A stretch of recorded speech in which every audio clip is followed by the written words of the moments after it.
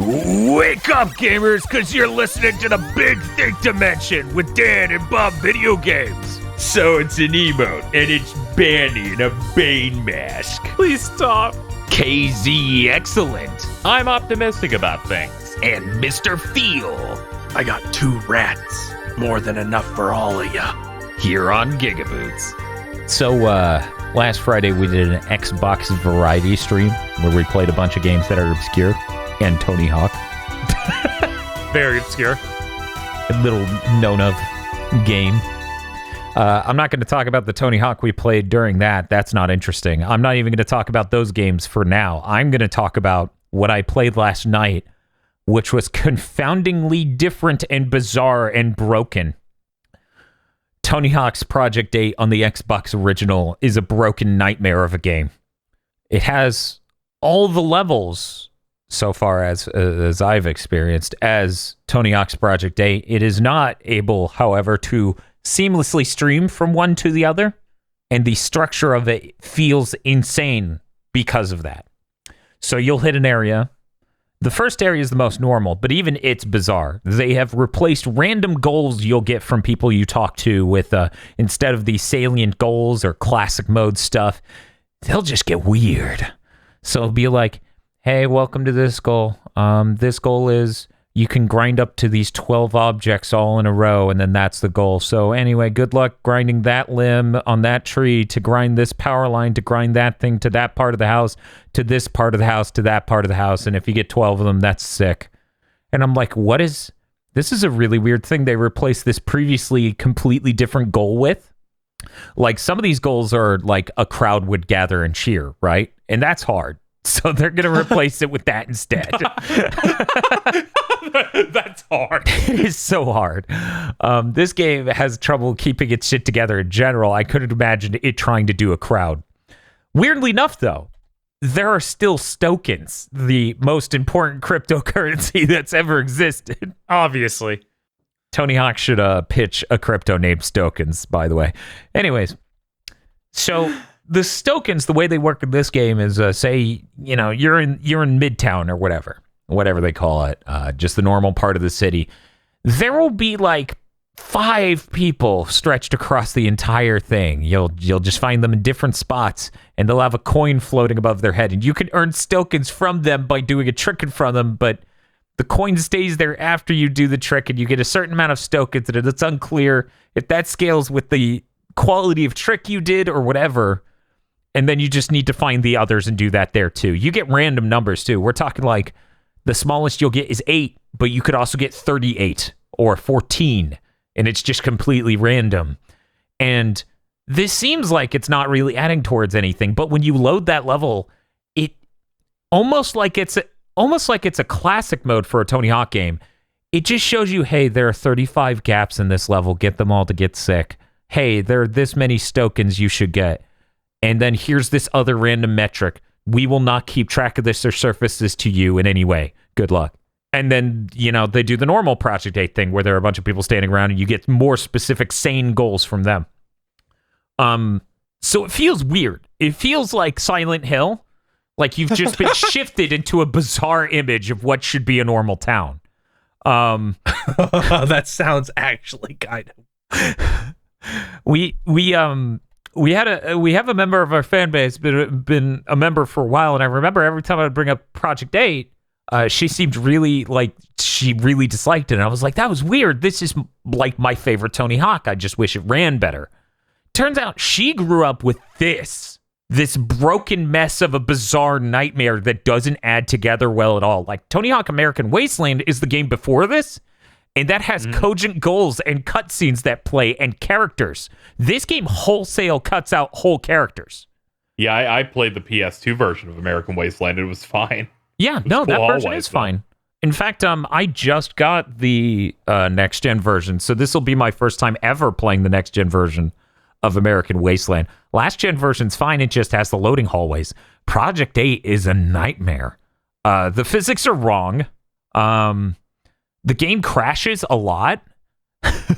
The game has glitches where So in Project 8, there's a thing where, a military stereotype, like retired military dude who's still just wearing his garb or whatever, tells you to sneak into a place and avoid the lasers to get the stuff and give it to him. The physics are all fucked up, so getting in there sucks. But you get in there, you get out, you hand him the thing, and then it does nothing, and the pause screen is broken because something went wrong at some level and it couldn't properly end the goal. So now there are lasers around the city for the rest of eternity and you can't do anything else. You're trapped in that Conquer level forever. Yes, that's what it felt like. Hell yeah. This is the only Tony Hawk game I've ever played with a soft reset, so they clearly knew how broken it was. Like, I didn't realize, I'm pretty sure no Tony Hawk game could you ever do the LR select and start and just get back to the main title screen. I'm like, okay, they know. They know how broken this is. There's really weird stuff, like, for people who've played Project 8, Jason Lee's a huge character, right? I've seen him once, and I'm 5 levels in, and I've heard his voice 3 times. The photographer chick who has a character in the game has no cutscenes at all. So you just walk up to her. She has the same character model and everything from the proper version of Project 8, but she says nothing, and it just starts a goal where she takes a photo. They didn't program that correctly. So what'll happen is it'll be something like, hey, grind this rail on the top of this building, jump off, do this trick, and then land a grind, and it's good. It takes so long to do the sick version of the trick it wants you to do in midair that she won't take the photo at all, and then it'll go, good, you passed. Because they didn't know how to code, you have put in the thing correctly. We will now show her taking a photo, freeze frame on the photo, which it holds there for an insanely long time, like 10 whole seconds. You're just staring at a still frame of your character at an awkward angle in midair, doing nothing particular. And then it lands it. It's just weird. All these parts of this game are loose and broken. Everyone in this call has played Tony Hawk Underground and Underground 2. When you get off your skateboard and you jump up against a wall, you grab the ledge, right? Yeah. That doesn't work in Project 8 on Xbox Original. You can't jump a consistent height. It's like broken some of the time. You can't grab the ledge most of the time. So they ask you to do a really simple thing of like, okay, climb up this thing and then grind that to make a jump up there. And it would grab the ledge 1 out of every 40 times. It's such a broken nightmare version of this game. I haven't even mentioned the most bizarre thing. The most bizarre thing about this game is I thought they cut music out. Because when it introduces the famous skaters to you, for anyone who doesn't remember Project A, what happens is it's like, hey, Lindsay's over here, or hey, this kid's over here. Oh, hey, Rodney Mullen. And when you first get introduced to them, it shows you a really high fidelity mocap sequence of them doing a cool trick, and it freeze frames on their face and it pops up with their name, and then they land the trick. And it's playing a song they chose over that, right? Complete silence. So it's freeze framed on Rodney Mullen's face as you hear distant cars driving and children talking. Oh man, it's like an old KH cutscene. It's so awkward and weird. The music videos they would do to introduce characters, which is real live action footage, also have either had the music cut entirely or it's replaced by what I assume is a cheaper to license song. I have no idea. It just sounds like royalty-free music. It's really bizarre. As someone who's played through that game that many times, to watch Rodney Mullen come up and freeze in place and stare at you while you hear cars in the distance. Just hear the sounds of suburbia as he's frozen in time and space staring you straight in the face. It's really, really bizarre, and I have no idea why this game is the way it is, and I'm kind of floored by it. And now I need to see how bad the PSP version is, because if the Xbox version is this bad. Would you recommend? I would not to anyone other than Tony Hawk enthusiasts, because we found out one really bizarre thing. For people who remember Proving Ground, which is the last time in the original run that they tried to do a normal Tony Hawk game, they added that kicking mechanic, right? That to go faster, your aggro kick. That is in Project 8 on Xbox Original. which means it was probably a feature they tried to get into Project A for next gen and then cut because they couldn't figure out what to do with it. It uses your special meter, and it only makes you slightly faster than your normal top speed. But they do some camera stuff to make you feel really cool for pushing the up button to go hella fast. Yeah, it's so strange. This game is a really bizarre version of a game I love. And it's discomforting. That's strange where you just find a bizarro version of a game you like. It's like, how do I put this? Imagine there was a PS1 version of Kingdom Hearts 1. It's missing That'd half be of the weird. music. There's a lot more loading. Jumping feels even worse. Yeah, I figured out these jumps don't make me learn worse jumps. And please, God. I've mastered the art of jumping, then attacking because it gives you 30% more distance. Yes. But yeah, that game's real weird. Glad you learned. Getting off the skateboard stuff seemed like it randomly dropped your combo too, which is insane. Yeah, that is something I meant to bring up. fuck Yeah. Oh, Yeah, never. Yeah, exactly. Like the whole point of that mechanic is for you to jump off, get to another thing, and do a thing real quick. It would just stop my combo. I posted a video where it not only stopped my combo, it left me shoved into geometry, just floating in space for half a minute. I just floated there and got stuck. But yeah, anyway, that was really bizarre and interesting, and I'm glad I got to check it out. But we played some actually good and cool Xbox original games on last Friday's stream, like Magatama. You want to talk about that, Bob? Sure, Magatama is a weird Japanese action game that never came to the States. You play as this character who's got the headband that has an extra eye in it, and the combo system's really strange. It's all like set in ancient Japan. Yes. Yeah, I saw a little bit of this on your stream, and the part where the eye opens, I was like, wow. Yeah. With that, you can go first person at any moment and like look around for secrets with your special eye. Oh, cool, the Sharingan. Basically. It's very interesting, and I wish it came here because it's hard to understand without the English language, with the language barrier, because we got to the second set of tutorials, was after like the first whole level and boss, and I just couldn't figure out how to progress past that. But it has some really interesting things going on. You always have this like ghost stingray is your helper with you all the time. What? Yeah, so you have like a button dedicated to him. And there's lots I still can't hear Ghost Stingray and not think it's a Mega Man X character that no one remembers. Yeah, I know. Yeah. Yeah. Like how you can like set up combos where he flies through the enemies and stuff. The thing about this I need people to understand. Magatama is at least 5 times more high rent than you could ever guess by the fact it never came to America. Yeah, it only looks a little worse than Ninja Gaiden 1. Yeah, which is insane, because Ninja Gaiden 1, they spent like 4 to 6 years making. Yeah. And this never got released anywhere outside of Japan, was published by Microsoft Game Studios, and looks really great. Like, when you compare it to most games that gen, it looks better than a lot. Yeah, some of the environments don't look great, but the character models actually do look really good. Yeah, it's strange. It does feel pretty clunky, but it's definitely worth putting up with for the insanity that it is. Stingray, buddy. Yes, your Phantom Stingray just floating around. Yeah. Yeah, I think that stream we did was delightful. It had a really strong energy going with it for Otogi 1 and 2, and then Magatama and Phantom Crash. Yeah. A real strong, I own an Xbox, but am a weeb energy going with it, and I think that's underrepresented in online coverage. Right? Yeah, nobody talks about Otogi anymore. Nobody's ever heard of Magatama. I've been looking at that game. I think it ended up in GamePro or something all those years ago, and then never came to America. I was always like, but that looked real cool. I need to find it.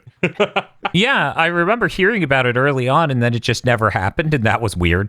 Yeah, it might have even been one of those issues of like Year of the Ninjas, and it's like they had an article with Ninja Gaiden, Shinobi, and some other stuff. God, that was a really old GamePro. They're like, this Ninja Gaiden game's gonna come out any day now. Yeah, dude, it's 2002. There's not a fucking chance. But yeah, it's this really cool element I used to like a lot about the original Xbox is how, its performance relative to the other platforms gave its games a different look if they were exclusive. Yeah.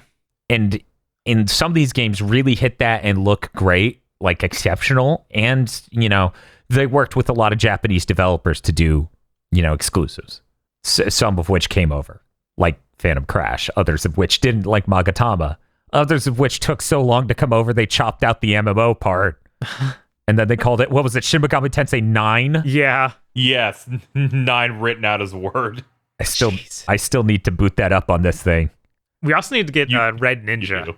Yes, we do need to get Red Ninja. And yeah, we absolutely need to check out Megaten 9, because that's really tempting. For anyone who doesn't know anything about Otogi, KZ Field, do you know anything about Otogi? No. Okay. I know it's cool, but I don't know anything beyond that. Okay. Yeah, I know it's cool because Bob says it a lot, so it means it's cool or it's a trap. No. Hey, Nano Breaker's also cool. Yeah, I was about to sit here and say Bob doesn't bring up traps a lot, but fucking that game. I bought Breakdown this week. Ooh. Breakdown's pretty cool. Yeah, Breakdown is very cool. Okay, good. And a good thing too, because that's all it has going for it. It's like damn. Half-Life if it was good. It's like Half-Life that was made by a Japanese director who's also a juggalo. And loved The Matrix. It's like, I love The Matrix, and I could drink a Faygo if I wanted to. one of the critical features in Breakdown is drinking a Coca-Cola in first person.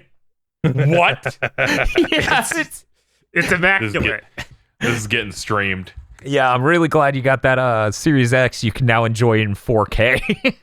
Oh, I should ask Bob. Oh. Are on Xbox, are any of those Ninja Gaiden games worth buying, or are they all the good ones going to be on that collection? Because I saw like Black and 3 on there. They actually did do like proper upgrades for 1 and 2, for Black and 2.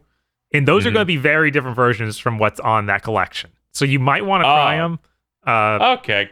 Because I was thinking about getting Ninja Gaiden Black just for the novelty of original Xbox games on this. Yeah, Ninja Gaiden Black is really solid. People, like fans of the series, absolutely swear by it. I don't know the differences between that and regular, like Sigma, that's going to be on that collection. Yeah. Very well. Oh, okay. Sigma will have extra weapons, and it has some extra missions where you play as Rachel that aren't good.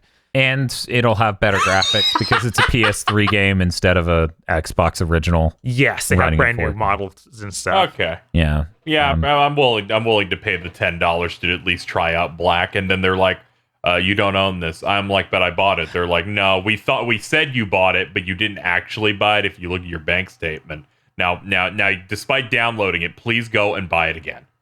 See, I've had problems with Xbox. Everyone knows that. I've never had that happen. Yeah, that's a new It was one. weird. Like, I bought it, I installed it, I clicked the button, I clicked the game in the My Games I Own menu, and they're like, They don't. Do you own this? Nope. Do you have the disc? And I'm like, whatever. I was able to download, every single game very fast. I got like Master Chief Collection in an hour.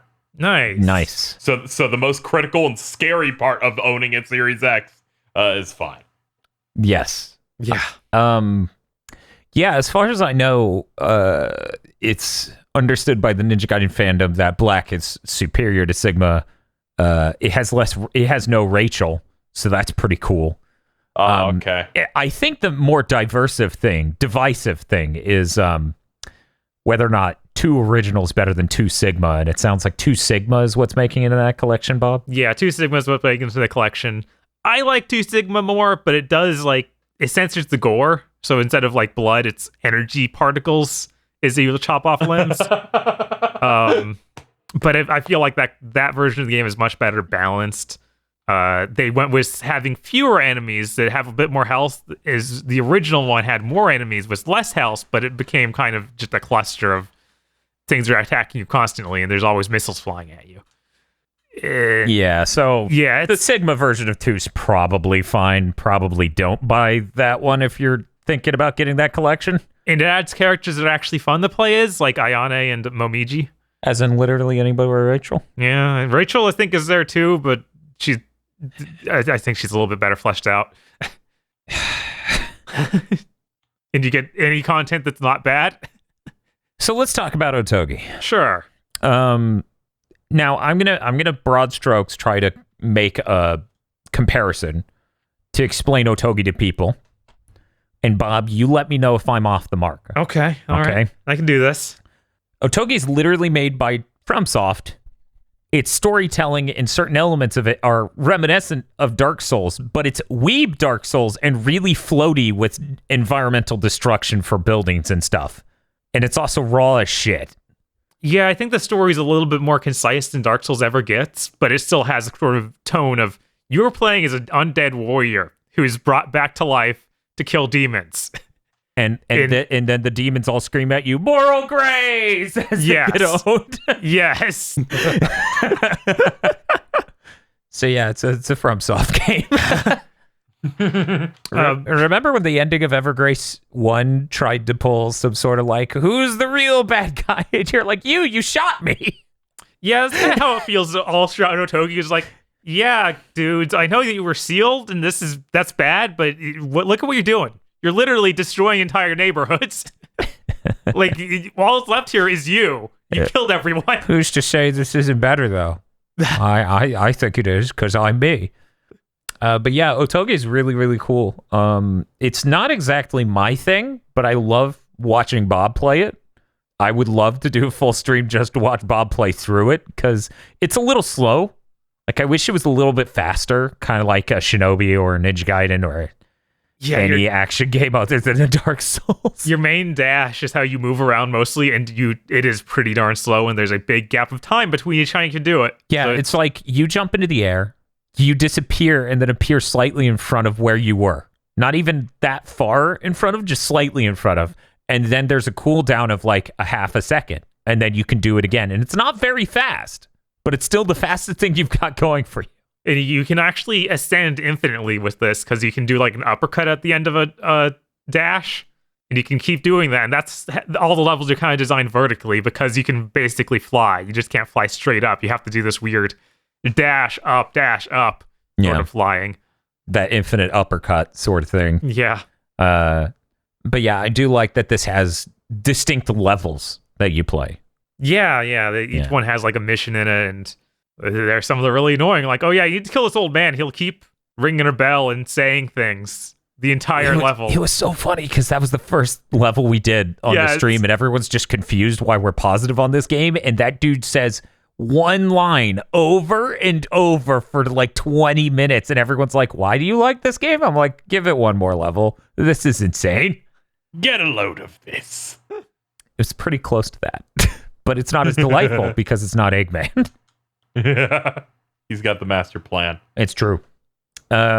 Anything else you want to specifically talk about when it comes to Otogi 1 or 2? I wish that we'd see this sort of mass destruction style game from them again. I wish that they would do anything else than Dark Souls. It would be really funny to see this in Dark Souls. Like, imagine you're fighting one of the monsters in Dark Souls, and you do a counterattack, and they fly through 3 walls. Yeah, that would be great. Yeah. Yeah. Then the game just stops and your console breaks. Yes. I really hope with these new consoles, they're so freaking powerful. I hope we get more things like Red Faction Guerrilla and things with destructive physics-based elements. Because I think that's some of the coolest shit in games, you know? If you're not going to do really tight, hyper-polished level design and gameplay mechanics, then let me tell you about fun derived from systems you can fuck with. That's my shit. But yeah, Otogi's pretty neat. Then we played Tenchu. It's a real game. No one's played it, apparently. Apparently. I spent most of the time we played it trying to convince people it was like Dark Souls, so they should buy it. Because FromSoft owns Tenchu. Yes. That's a good strategy, actually. Tried and true, one might say. You see, at the beginning of our mission, you bring in your potions, which are the Estus flask. Whoa. Ooh. You also bring other limited items that may help you complete the mission. But yeah, it's like a stealth game. All right. It's a lot of fun.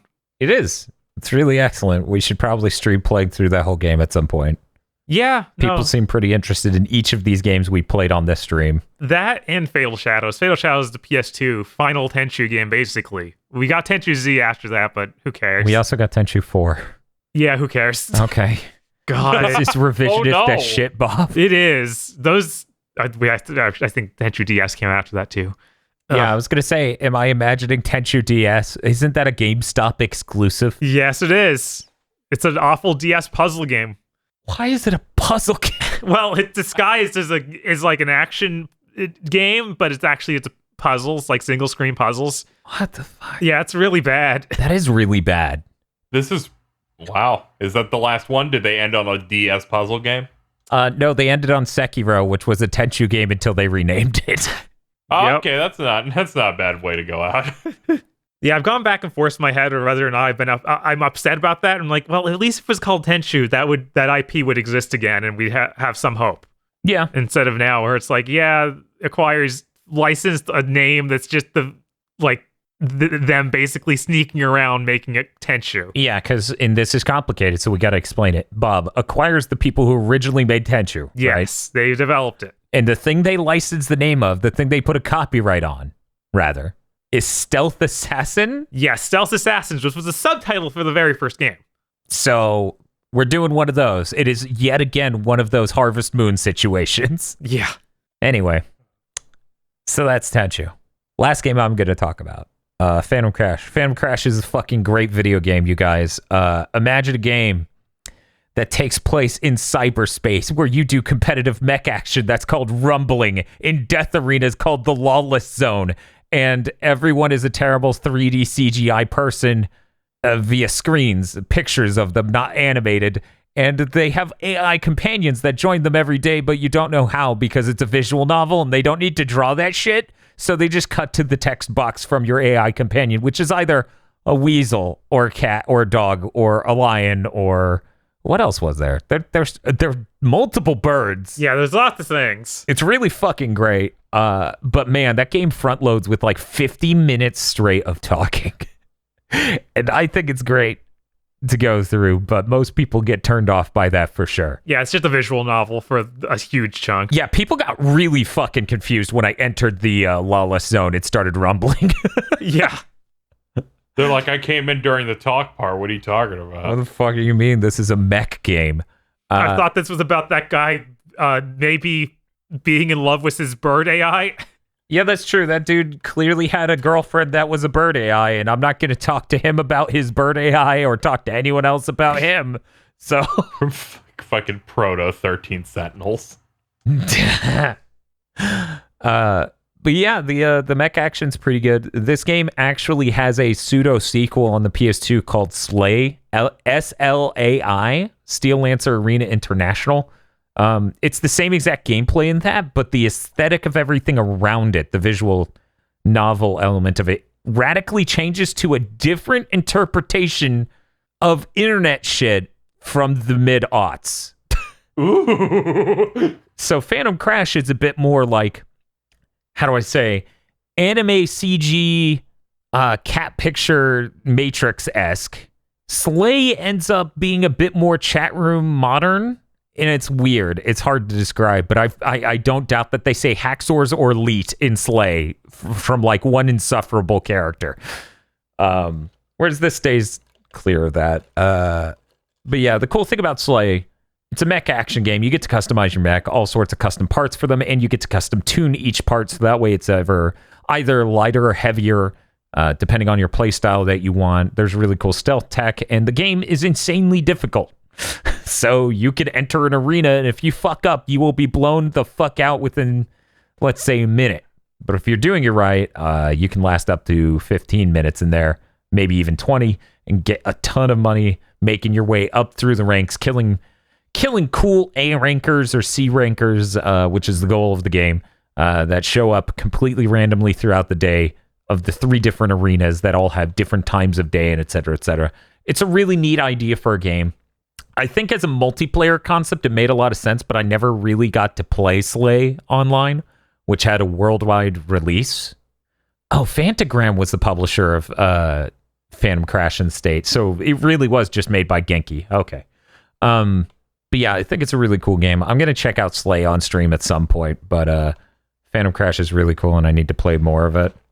I was having that moment of literally not a single human in the entire audience had ever seen a second of this game. And that makes sense because when I go to YouTube, there are 2 whole reviews of it. 2 on all of the internet. So clearly this game needs a little bit more love. But that's all I'm going to talk about that I played this week. Bob, did you play any? Oh, yeah, you played things. I played things. Yeah, you did. Oh, hell yeah. Start blasting. Yeah, Apple Arcade had a big update last week. Mm-hmm. We got World of Demons, a brand new Platinum game that has been missing for 2 years. Guys, this is that mobile Platinum game they announced and showed off 2 years ago. And then said... I've never realized this ever, so... Yeah, they never said anything about it since, so everyone assumed it was canceled. Yeah. So I guess we'll go into that one first. It's got a paintbrush sort of Japanese art style, like Okami. What the fuck? This looks like Okami. Yeah. Yes. It's actually a really solid action game. You can, it's all designed for the phone. The touchscreen stuff works pretty well on it. I've been playing it mostly with controller, though. It hooks up pretty easily to that. It doesn't run great. It definitely has some issues there, but it's actually a really well put together action game that can be done with 2 buttons. So you have a dodge button and an attack button. And then I guess that there's other, you have 3 other buttons that each summon a demon. So as you kill these demons, you can collect them and put them in your party. And they become spells, say in a Castlevania game, Dawn of Sorrow and that sort of thing, where they're your souls you can summon and attack with. It's also, the levels are structured kind of each stage looks really nice, but it seems like it's made out of pretty generic shaped blocks. So you can tell how they cut corners there, but it still feels cool to explore them. My only real complaint with that is they made the stages maybe too big. It'll probably take half an hour to get through the typical stage, which seems a little weird for a game that's only mobile. I know that on my phone, doing that burnt up a ton of the battery life. I switched to using my iPad, and it's a lot better on that. I can play pretty well for a few hours without issues. What phone do you use? I use the iPhone 8. 8? Yes. Okay. I was just curious. Yeah, and it's the iPad mini. iPads are so fucking hard. 3, I think? No, nuh-uh. No? If it's a mini, it's not the 3, because I have a 4, and you've seen that thing, and your thing is nothing like that. Okay. So who fucking knows? Yeah, maybe 6 or something, because I know it's significantly after yours. Yeah. I think it's the first one that uses the... more iPad Pro styling. Yeah. With the flat edges. Right, and you can use the pen with it. Yeah, so it's a post iPad Pro, iPad Mini, or iPad Air, maybe. Yeah, maybe. I don't know. Anyway. Yeah. So you were bringing up before to me. Uh-huh. Is that it maybe doesn't perform as well on the tablet? Yeah, it seems like it does not run quite as well on the tablet, but the phone still has issues. So okay. If I want to play this portably, say we're still working a job out somewhere, I would definitely I'd totally play it on my phone like that. It's totally playable. But if I want to actually sit down and play it for a significant amount of time, I'm fine with taking that little bit of a hit, because it's not going to run perfectly either way. I really do wonder if the latest phones, this runs well or not. We should really get it on yours, because yours has the best performance ratio, right? Yeah, because my resolution's the same as yours, but it's using the fucking tech that came in iPhone, the flagship iPhone in 2019. Yeah. The very end of 2019. So basically the 2020 phone, because it's the second model SE. So in theory, if a game were to accomplish a smooth frame rate out of any iOS device, it should be this one. Right. It should be this exact phone, because it's barely above 720p. But I can't get that Frogger game to run well, and I'm starting to doubt that any phone game locks 60. Though those Asphalt games seem to do pretty well. The racing games. Yeah. Yeah, those were pretty good. So overall, how does it, you said it works with a controller, right? Yeah. Yeah. Does it feel good? Yeah, it feels really nice. I was sitting there man, I wish Astral Chain felt anywhere near this good. Yeah, I saw your tweet and I was like, oh, this is great news. Yeah, I really hope this gets a port to other consoles eventually. But if you have Apple Arcade, go get this. This is really good. This is worth the $5 a month. Yeah, and if you're like a platinum junkie, then maybe just sign up for like a free trial of Apple Arcade just to check it out, because why not? Yeah, it's the best thing they've released in a long time. It's really weird. Yeah, they dropped a bunch of juggernauts on like the same week, bizarrely. Well, I was just even about platinum. Oh, which is sad, but it's true. Like, this has got some really neat things. Like, you have 4 different playable characters. They each have a pretty simple combo, but they all have like very unique things that they can do. Like, you can bring 2 into each level. Each one has a different type of dodge. So the main character, if you dodge perfectly, he'll do like an instant counterattack slash. And he's much more like, he's the balanced one, so he's can focus on fighting at close range at fairly normal speeds and normal damage output. And then you have like your long range character uses a Naginata, and she's basically like, you switch to her and she's your guns. So you can like try energy slashes that go over the whole screen. And her dodge is much shorter than his, but it'll cause like, if you time it perfectly, a little energy bubble under you, which hurts enemies. So it's more of like a time of or what's that, dot? Yeah, damage over time sort of thing. And it just feels really different. And then if you do her like hold attack, she does a stinger sight move where it gets across the screen really quickly. So she's good for covering ground and for staying, or like you cover ground, then you switch to someone else and continue going. And then there's a monk who's got like, he instead of having any dodges, he just does a parry, and that'll freeze anyone's action in place for a second so he can get like a big swing in. But yeah, it's really cool. Really want to play more of it. Like, this is the most I've sat down and played any phone game ever. Like, I'm many hours into this. Yeah, what was it? We were talking to Chad about like, it's too bad they don't have a real display port or HDMI out on any of these things. Mm-hmm. And someone in chat brought up the newest iPads do. Yes. They do proper 4K 60, like with the DisplayPort USB Type-C protocol to convert to HDMI. And I was like, ugh, god damn it. Yeah, that's tempting. Hi, Dan here from the future. I looked this up later, and apparently the iPad Pro is the only one that supports 4K 60 out. Sorry for the confusion, bye. I just would like a good way to record fucking mobile games, because for anyone who doesn't know, the way the iPhone does video out is it has a dongle, right? Plugs into the lightning port, has an HDMI on it, and has a power in. But what it's actually doing, what it's actually sending to that dongle, isn't raw video. It's sending a how would you even describe it? An almost 480p quality YouTube video bitrate compressed thing for it to decode. Oh. So it looks like shit.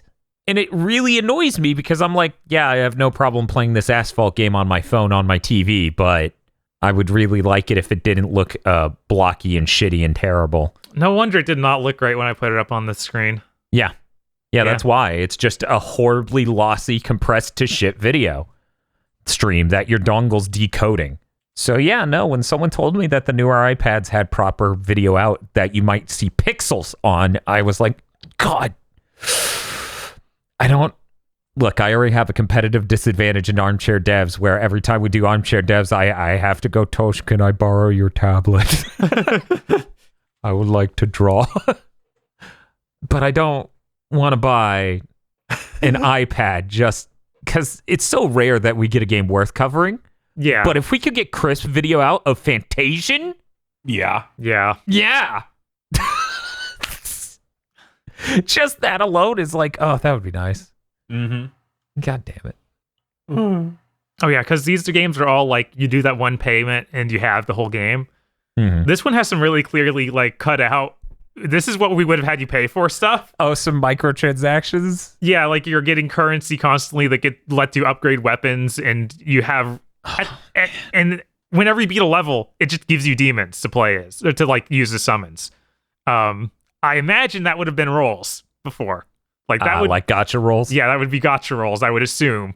Same with weapons in general. Now it's just like, okay, you beat that stage, here's the stuff. So that's good. It's really clear what they were going to do, but it's good they didn't.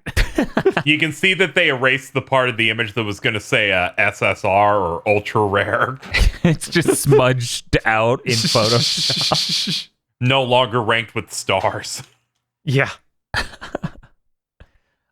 We need to do some content on this game. Yeah. It looks really nice. 'Cause let me be frank.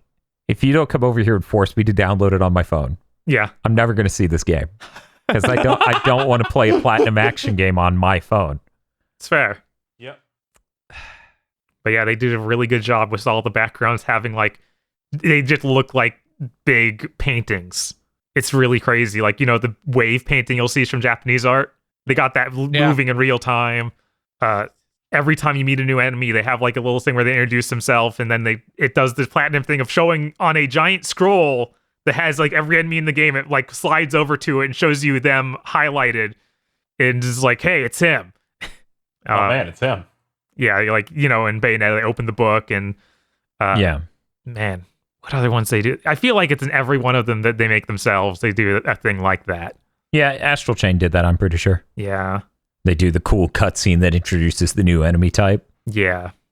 Yeah, once I thought about Fantasian having a proper video out, I almost sold myself on that iPad, so I'm teetering now. So Be Fantasian, careful. Yeah, let's talk about Fantasian. the other juggernaut they released On the same day! on the same day. This is Sakaguchi's new game at Mishwalker, where he uses all the backgrounds are literal, like, high-grade photography. Yeah, they're the super high-res still photos. Of like models. Of stuff models they and make. sets. Yeah, dioramas, things like that. And they make the 3D models move over them. Yeah. It's like their solution to pre-rendered backgrounds to just make it real. Mm-hmm. I hear it even like they got famous guys who did that for the movie industry too. So like the guys who worked on the Attack on Titan movie and the Shin Godzilla. Fuck! Yeah. It looks it. Like, Yeah. I've seen shots that blow up my ass. Yeah, no, it looks immaculate. It's really a shame that there's no way to get that on a TV looking really nice. I would love a 4K version of this game. But it's a really solid, like, traditional turn-based action or turn-based RPG, which I haven't seen in so long. I saw that cool feature that Fantasian has for like random battles. I thought that was neat, where you like store them up. Oh yeah, I did not get to the point in the game where it unlocks that. I played a few hours, but I guess they don't use that for a while longer. Because I saw it in the video where you turn it on and a random battle will pop and just go into a big D on the screen, and then you press it eventually when you want, and then you kill all the enemies you put off fighting at once. That's cool. It's a good feature. It's hard to say much other than just it looks gorgeous. I wish that it had better touch controls. Unlike World of Demons, Fantasian has some of the worst touch controls I've used in any game. Does it work with a controller at all? It does work with a controller. Okay. Play it with a controller, for the love of God. People, I assume, are familiar with the idea of virtual analog sticks, right? It's 2021, yeah. Yeah, that's not in this game. Yeah. Wait, Oh, What? It's not in the game at all. wait, what is in the game? You click on the map where you want your character to walk. Okay. He pathfinds there somewhat. If you want, to pick up something on the ground, like say the treasure chest is right next to you, you need to make absolutely certain that he's facing directly at the front side of it. Oh, So you can easily just like, okay, I clicked to the treasure chest. Oh, well, yeah, but he's looking to the left. So you need to click behind him, make him walk backwards, click forward, No, make him fuck walk toward off. the chest. Now you What? can open the chest. no. Come on. Come on. Yeah, How do you it's- fuck that up? Yeah, I don't know, man. You're just piloting your characters around like they're dump trucks. Basically, it's like playing an RPG where you're moving one unit in StarCraft. yeah, Yeah, that sounds terrible. but you don't. You need to like pilot him to the edge of the screen and then click it again to make him walk to the next transition. It's like, oh my god, this is so bad. How is it this bad? Why is there not a virtual analog stick? I'll never know. But otherwise, this game's really great. Seems to have a cool story about you being an amnesiac, which is not, yes! not exactly original for Sakaguchi's work. Sakaguchi wrote this, huh? This is what I want. Do you meet a small girl that has an ancient power? Not yet. You do meet a guy that's you with black hair and actually cool, right? You do meet Please. a fully grown woman who has a mysterious power that she can't reveal. Yes! Yes! You're selling Put me. this out on anything else. I'll pay $70. Yes, please. Please, we need a way to look at this art because I like on my phone or on my tablet, it's not good enough. I can see some people going, come on, can't you write something new? Meanwhile, I'm like, yes, give this to me now. Did I mention there's a robotic infection taking over the world? Okay. What is this, Inti creates? Oh, God, did they do that? Do you have a little sister? No. Then it's not Inti Creates. Okay, I was like, robotic infection. Like, cyber cancer. But yeah, it makes these like big white orbs of technology and they just sort of spread. The storytelling also kind of reminded me of Terra Battle, his other mobile outing. Yeah. Which is neat because I thought that story was really cool and was sad that it was stuck the way it was. Okay, real quick question. Sorry if this is a distraction, Bob. What's up? You and I had the conversation about which iPads have proper 4K video out. Because Yes. someone in chat said it was all of them, but it was not. It was not. So other than the Pro, what model do you remember? I think it was the Pro in the newest iPad Uh-oh. Air. Yeah, Are- iPad Air. The newest Okay. iPad Air. Okay. I think that's right. So the Pro is already a year old, but they only update them every other year. Uh-huh. So it looks like if you don't want to get screwed and end up with something last gen, you wait another year and hope. Right. Yeah, the Mini's not it. Okay, you're totally right. It's the Air. It's got to be based on shit I'm looking at. Yeah, the Air is only 7 months old. Okay. Yeah, somebody just, check out for during the Black Friday and other sales that happen at the end of the year, maybe. Yeah, Those things usually go on sale. Usually, yeah. Or you can just break down in the middle of a podcast and order something. I Fair. don't know. I be responsible, all right? I don't need you spending things just because you heard about it on a podcast. By the way, I bought Ninja Gaiden Black. It's almost done installing. That's great. Better I'm get on happy that. for Better it. get on that Powers DVD too, Casey. No! Oh fuck! No, Blu-ray. He There's should 2 seasons too. I heard Hitler might be involved. Look, the Series X, he's doing the correct thing. He's enjoying the best part of the Series X, which is the back compat. Yes. God, I was even looking at Apple TVs earlier. I was like, maybe. My tweet of like, this is why I bought a $500 game console, and it's just a picture that shows breakdown, dead to rights.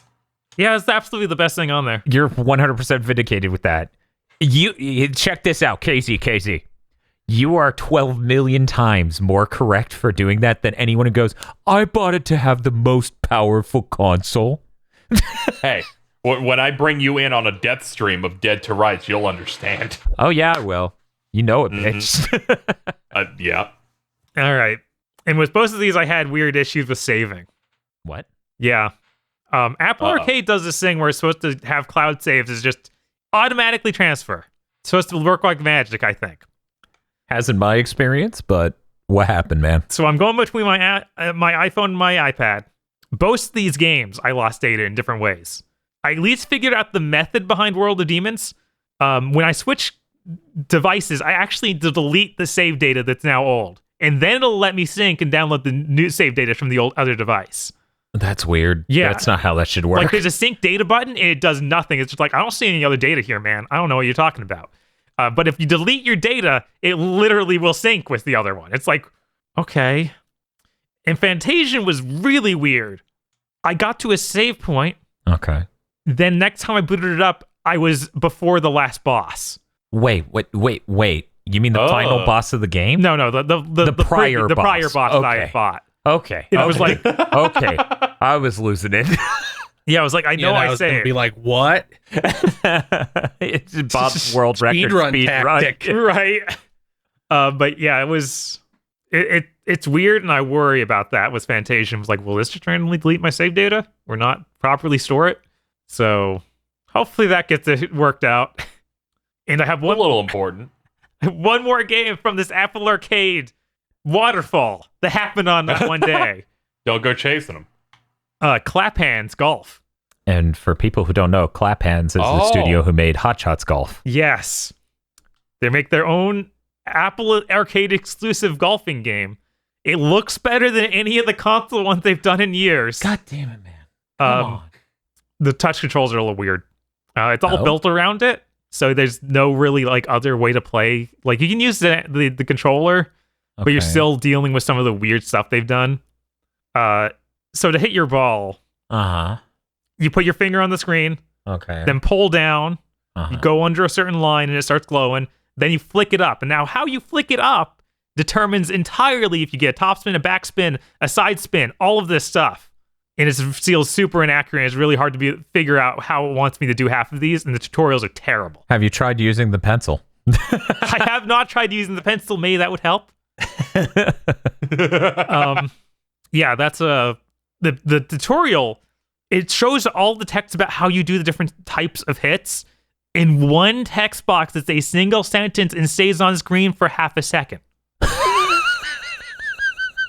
It's the worst tutorial I've ever seen.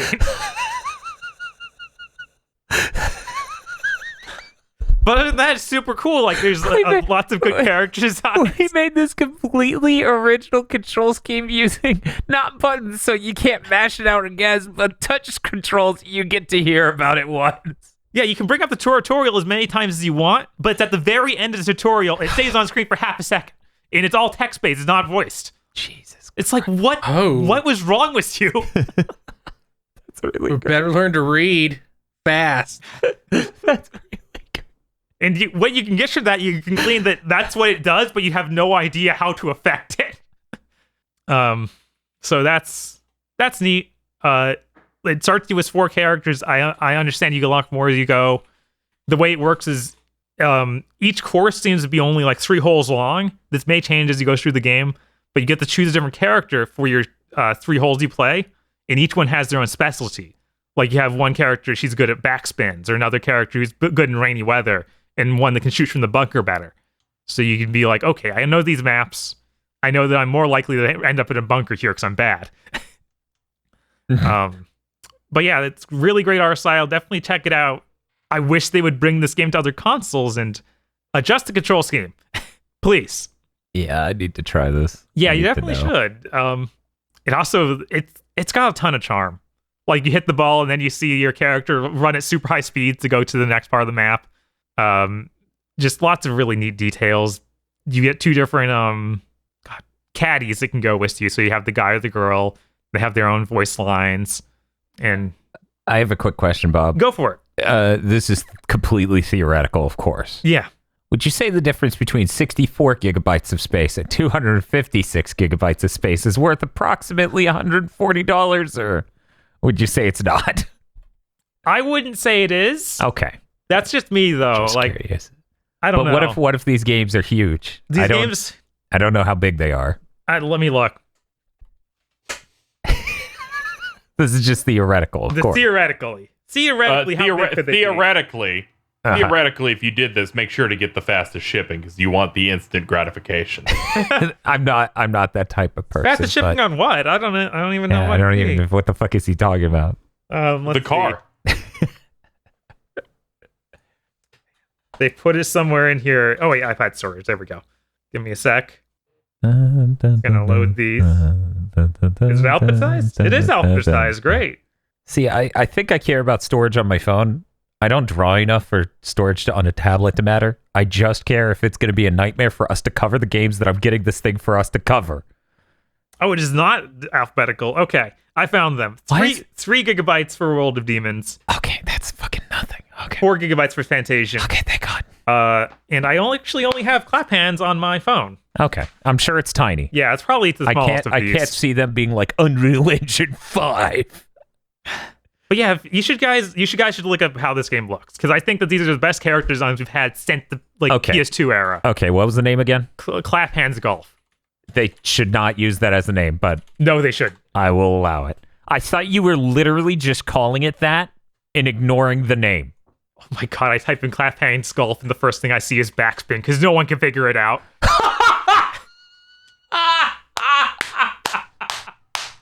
Okay, here we go. I found it. Yeah, I'm looking around. I'm seeing some characters. Look at these guys. And we got some characters.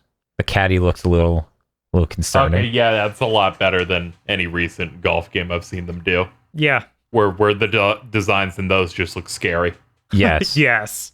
Oh man, I hadn't seen Ninja Man yet. I need to get him on my team. But yeah, I wanna figure out how this game works because I want to play more of it. Yeah. Yeah. Imagine Mario Golf. You're confused on how to hit the ball. Right. How does this work? Bob, let me tell you what the YouTube market for Claphams Golf videos looks like. The highest viewed video is 400 views. Wow. That person who got 400 views got like 20 or 40 on all the rest of them. They are the top 7 results, basically. Good lord. Yeah, these things are just stealth released. It's sad. It's sad, but you know what's really positive about the Apple Arcade experience that you pointed out to me? Yeah, there was something that was like, why does this feel better than Game Pass?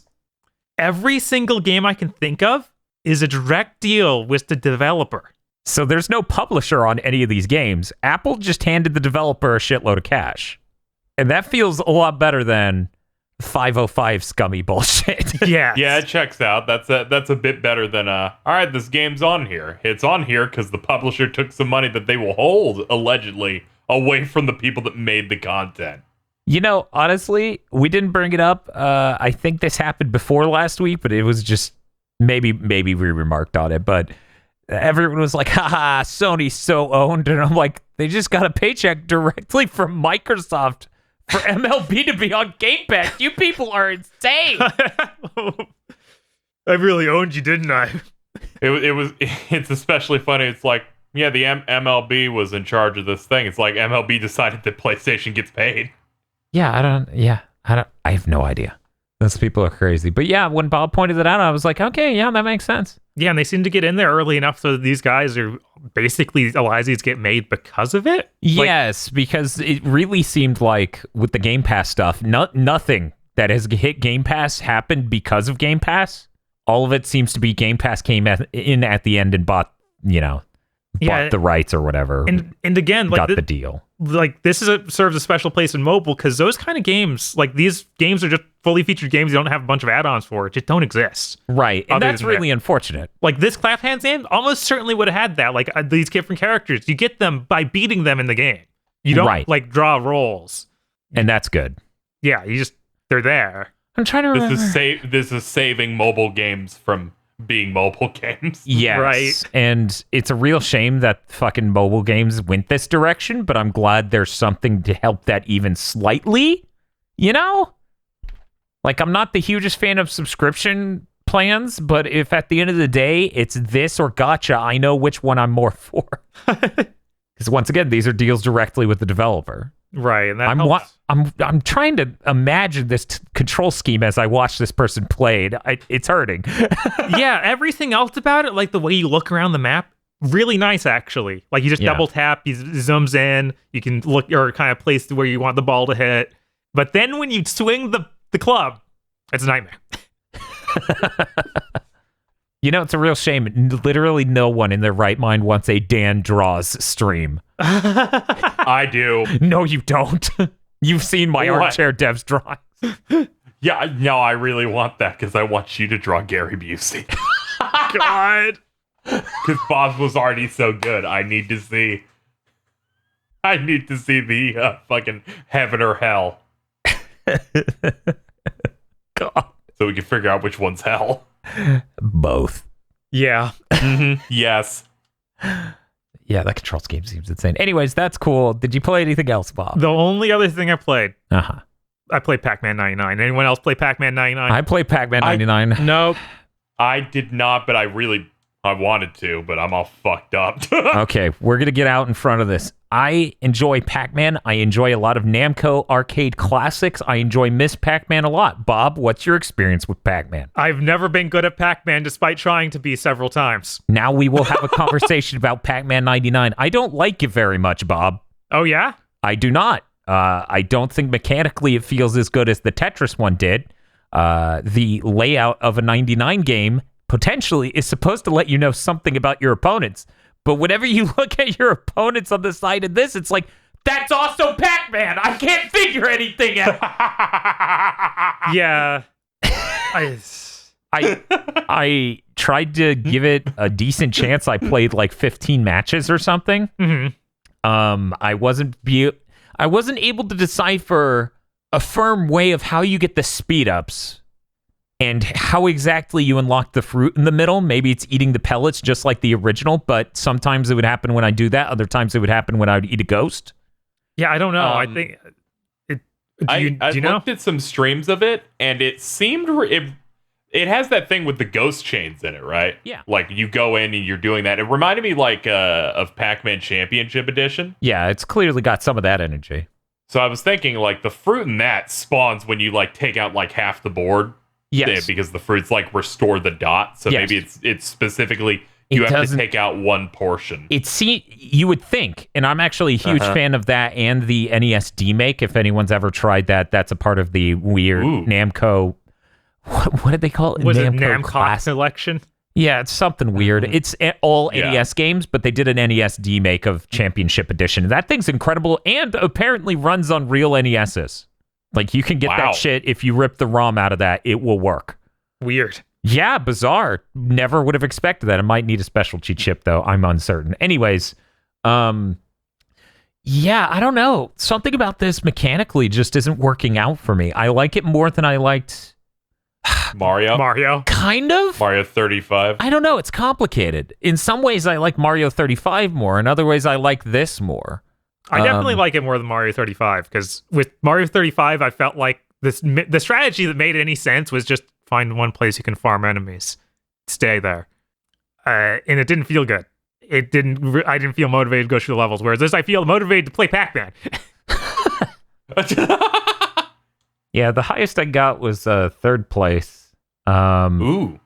I don't know what determined whether it was a speed up or a normal fruit. It may have been KOs. Wait, does the fruit do different things? Yeah, the fruits will always spawn pellets, but sometimes it also gives you a speed up. That's why you have a speed rank on the left side of the screen. Huh. I noticed they also sometimes the map will start out with no pellets on it.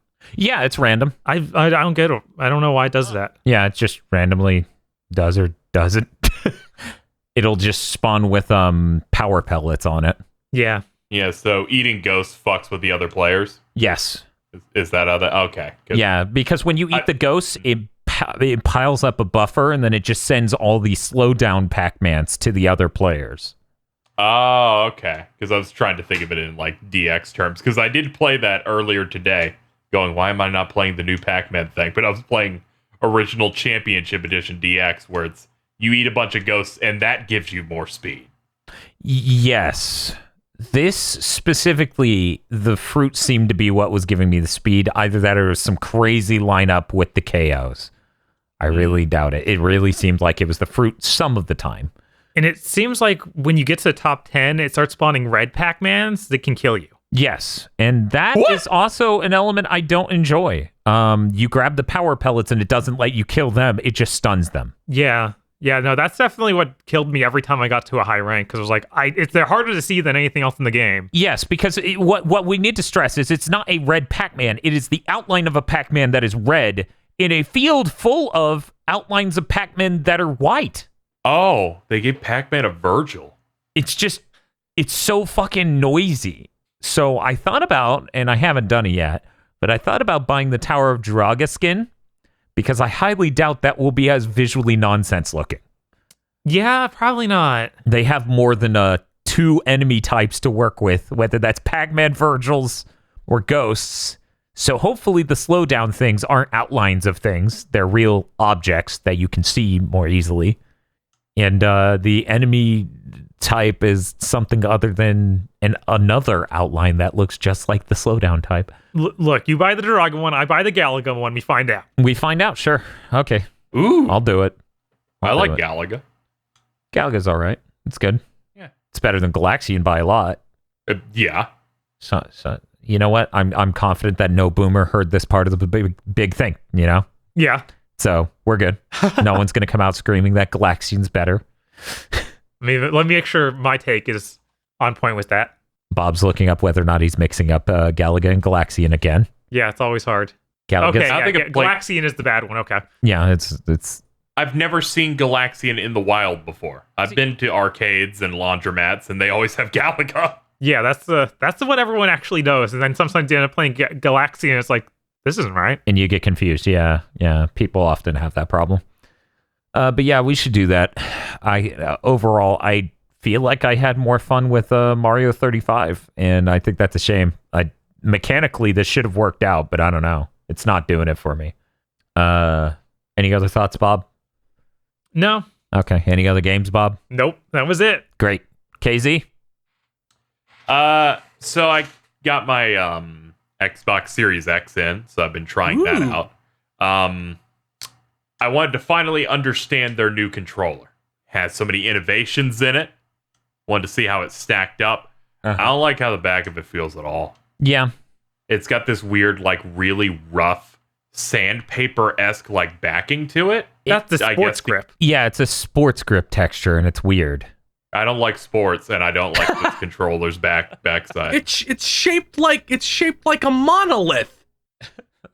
Who's gripping it from behind? He's talking about the controller, not the console. Oh, the controller. Okay, I just imagined the controller. I just imagined the console having sports grip on the back. That would be incredible. Let's get you into the fucking van, old man. That's the only way to upgrade from the GameCube handle. Yes. God. I'm sorry, there's been enough ridiculous things with Microsoft being like, yeah, they just put a weird texture on the back of the box for no reason. It's possible, but yeah, the back of this controller just doesn't. It feels too rough for me. Where if I slide my hand on it at all, it just doesn't feel comfortable. Yeah, and I wish it was smoother. It's like seemed unnecessary. Multiple times I have attempted to hit the dashboard and went, no, I just hit the share button that they put in the middle of the controller. It's so hard to explain why that's such a bad fucking spot for it, but it is. Like, they put it in the worst place. Yeah, so I got to get used to the top middle being that button. Also, I'm used to like holding sometimes with that button, and that just puts up a menu if you want to turn this off. Yeah, isn't that weird? Yeah, it's pretty weird.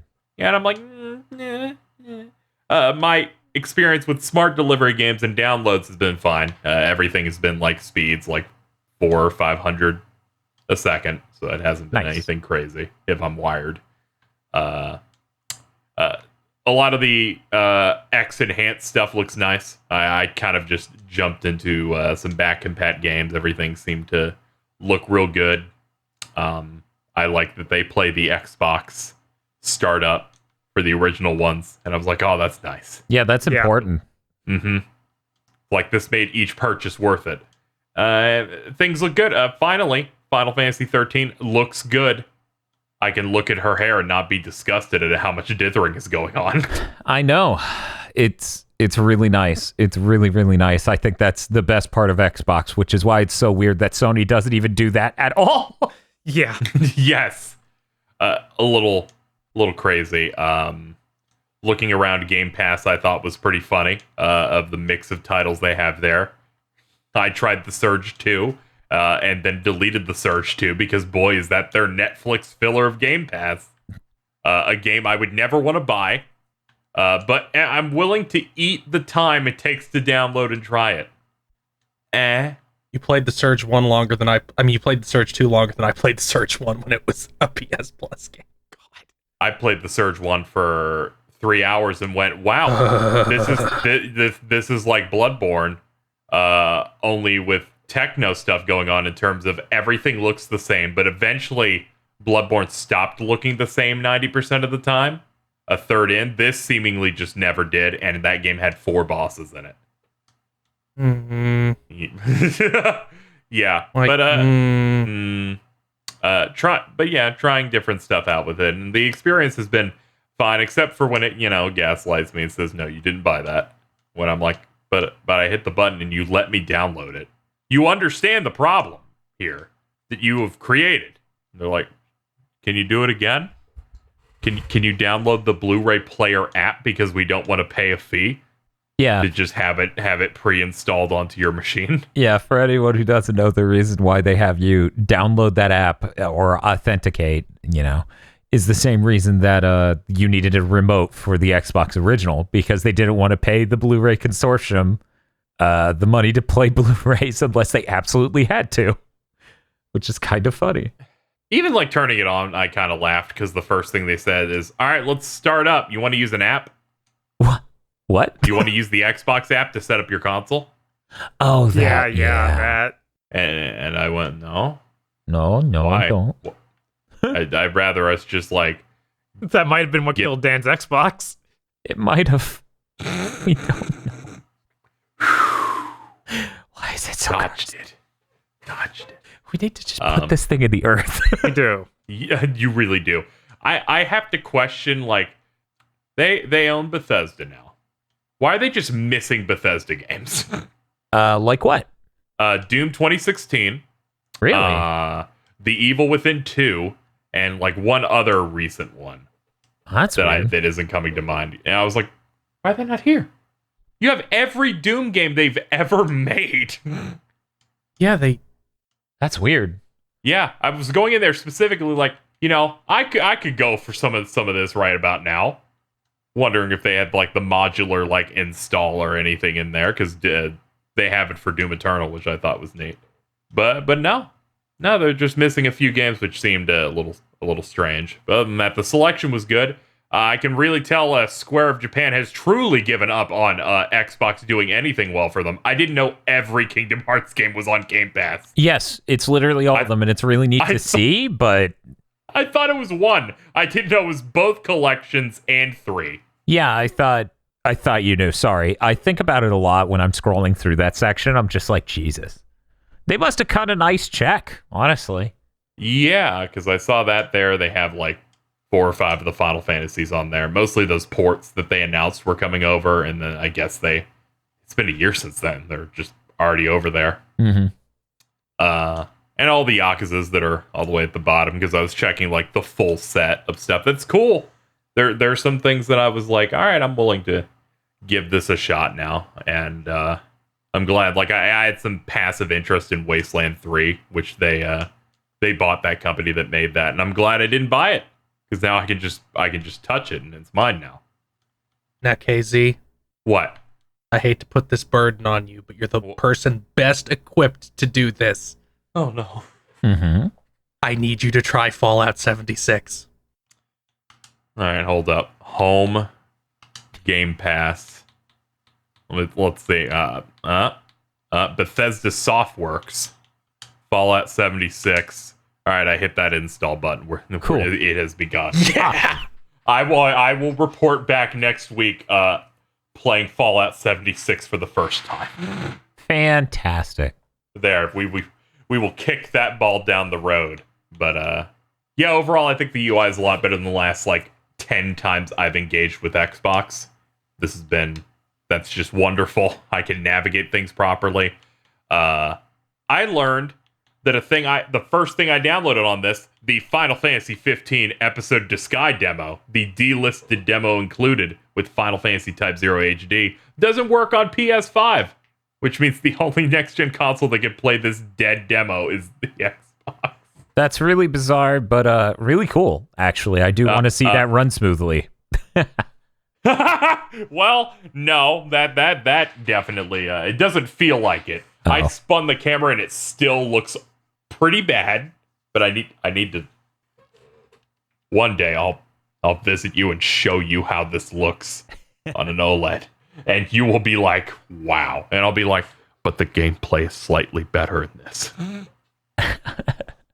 They made it worse over time. It's kind of weird. Yeah, that's pretty much it. I didn't have much time aside from streams to play anything else. I was just trying different things, learning how this machine works, and marveling at the fact that they have a real power button. Yes. Yeah, it clicks and stuff. Still mad about the top of the machine.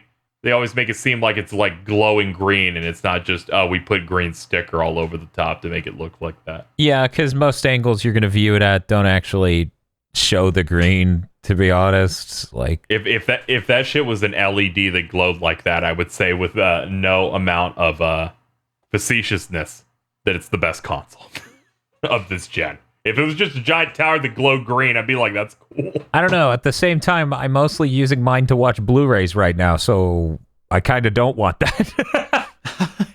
But it would be cool as shit. Oh, I have it sitting behind a monitor, so there's no way for me to see it normally, but knowing that it's glowing, Knowing that it's glowing back there, that's what's important. knowing that is flooded with an absolute power. You know, I'd be worried, Casey, that it's just going to spawn the eye like the Doom Eternal turret and start shooting you. That's a really good enemy type. Well, Casey, did you play anything? No, leave me alone. I'm going to bed now. Okay. Hey, Phil. All I played for the past week is boomer shooters.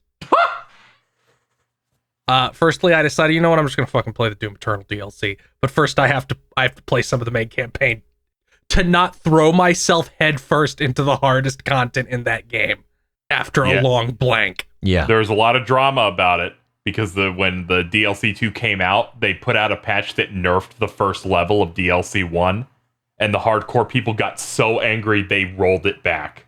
Oh. Yeah, where the director's like, play the master levels, asshole. That's what those are for. Yeah, that's what the director came out because he's doing streams of going through the whole game. He's like, we looked at the data, the pacing on this was rough. People were just falling apart in this first level. But you guys like it, so we'll just roll it back. Except a couple things I don't like. He's like, I'm gonna fix it. How'd it go? Well, binding the dash to my side mouse button and binding the flame belch to the other mouse button, the other extra mouse button, sure helped because I was going through the main campaign and like, okay, I have 30 extra lives. I think I can play the DLC now. And I didn't die a single time in DLC 1, like a real death where you go back to the checkpoint because you have no lives until the final boss. Now you understand why I did a stream and it was mostly Dan delightfully laughing at how fucking clown shoes that boss is. That boss is not great. It's delightful. I really fucking hate that spirit enemy. I think it makes the enemies too spongy. They can move 3 times as fast and deal 3 times as much damage. That's fine. I can deal with that. I can't deal with being like lock on missiles, lock on missiles. I'm out of missiles. Arbalist. I can't freeze them. They're immune to freezing when they have the spirit in them. I guess I'll use the turret mode on the minigun. And then finally they die. Yeah. Where they're so that was rough. Luckily I didn't have to deal with the Archviles in the first DLC because I'm just like, no, I'm just gonna BFG you the moment you poke your head up. Fuck you. I will not deal with your clown shoes shit, sir. They're very excited to ruin your life. I'm only about halfway into the second DLC. Because the first one was a lot longer than I expected. I expected like 4 hours, not like 5 or 6, which is what the first DLC felt like. I expected I didn't expect that third level. This swamp is pretty long. I expected that to be the end. With the fucking follow the dog. Yeah, follow the dog. DLC 2 is definitely a lot easier. Yeah. They start you in with some Halo looking level. The rock imps are neat. Like, they're okay. They're cool. I like their Blanca balls.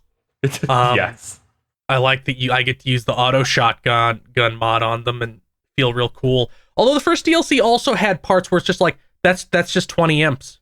They're all in a big imp cluster and coming at me. I guess I'll set them all on fire and use the auto shotgun and get all my armor back.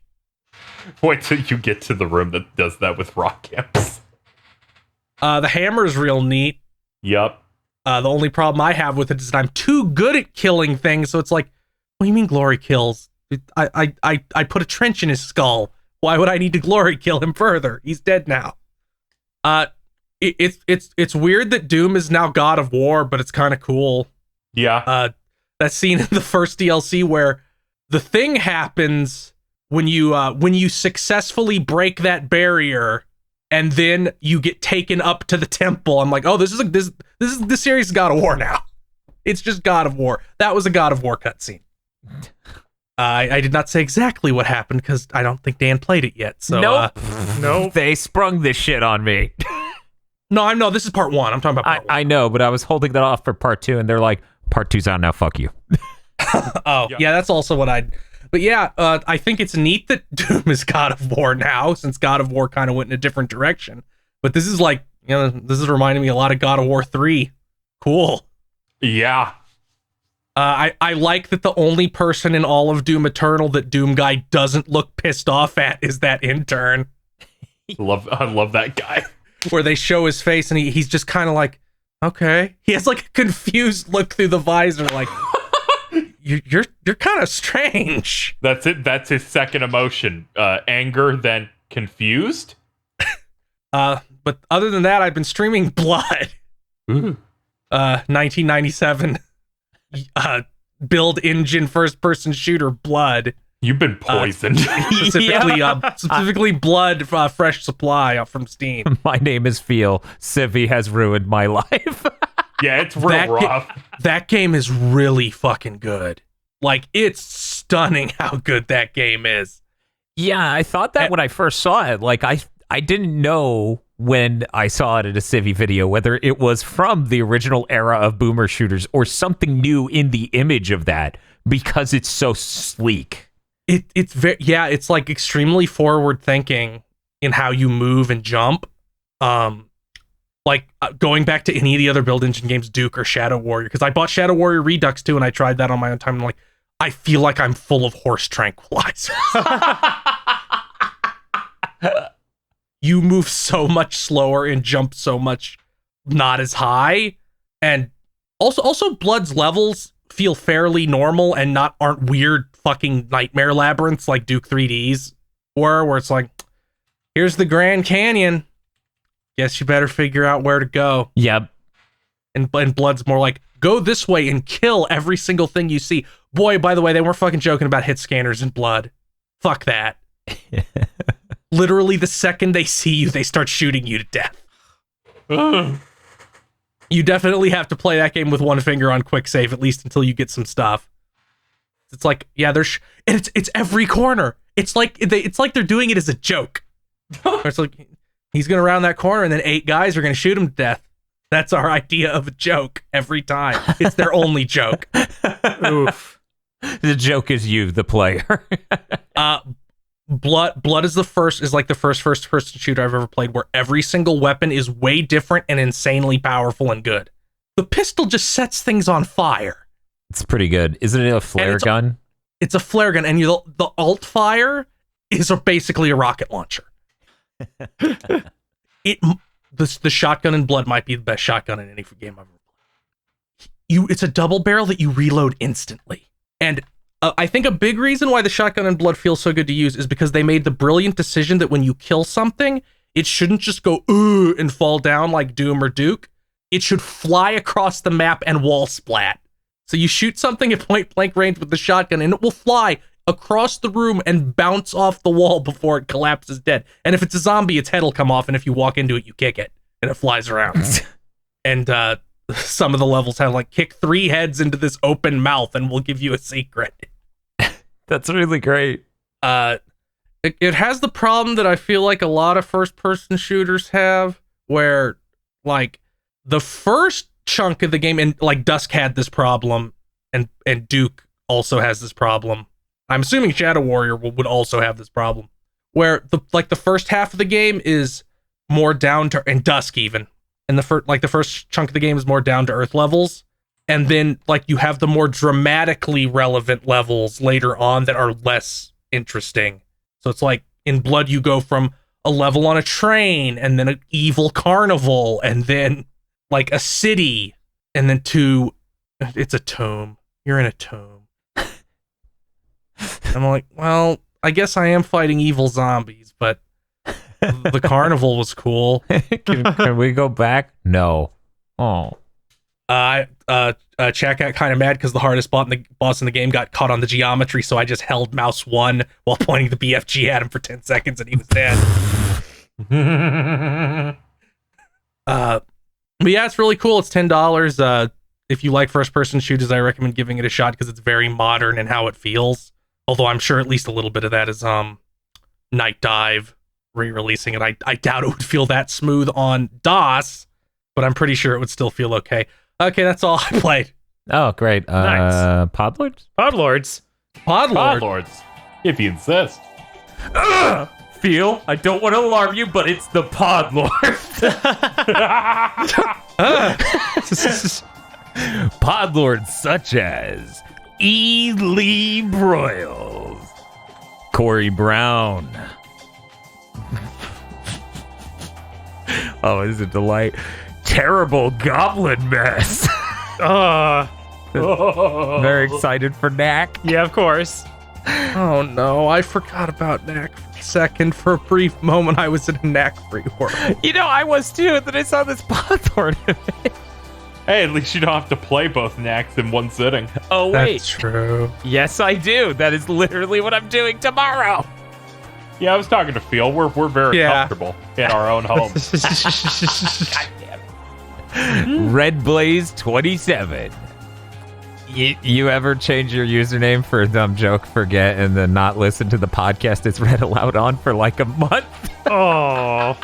I was wondering about that. Suzu Shiro. Emperor Zero. Shibuya Gato. Your local The World Ends With You Maniac. A Draco's book review. The Balan Wonderworld novel is surprisingly enjoyable, but flawed. The game is still an excusable war crime. Yeah, it makes sense. Rado. 101 Shades of Wonderful Remastered. Raw. Nothing can forestall his return. WTF Spider-Man. Why'd you lie to me? Really? Matty Mo returns for Thatcher's Death Day. Yakuza 3 is bad? That's not a question mark. I'm adding the question mark reading this. Is that true? Is Yakuza 3 bad? I wouldn't say it's bad, but it's definitely like my least favorite. Enjoy the Podlord image. Oh, okay. Yeah, I've heard it talked as that's the filler arciest. Yes, it absolutely is like the filler arciest. And also feels like a weird retread of the first game. Oh, that's unfortunate. Can't believe he becomes the Tomb Raider again. In this one, he becomes the Dragon of Dojima. Finally. W. DFW 3K. The only actual unironic mag stand. Oh my god. We found them. There they are. Everybody loves mag. What are you talking about? Right? Devil Summoner Raido Musa Noha versus Digital Shiny Devil Saga Game Freak Edition. Jesus. The image was last Fucking week. my I'm head not is including it again. Santi Kunai. Kristen. Living with the fact that someone has most likely whaled an exorbitant amount of money for Big Chungus in the Looney Tunes Gotcha game. Now I have to live with that fucking fact. Come on. That was... I saw the news and it absolutely killed me. I thought it was an April Fool's joke. I just didn't believe. One, that is a game. Two, that they're adding... Devil Summoner Raido Kuzunoha versus Digital Devil Saga Switch Edition.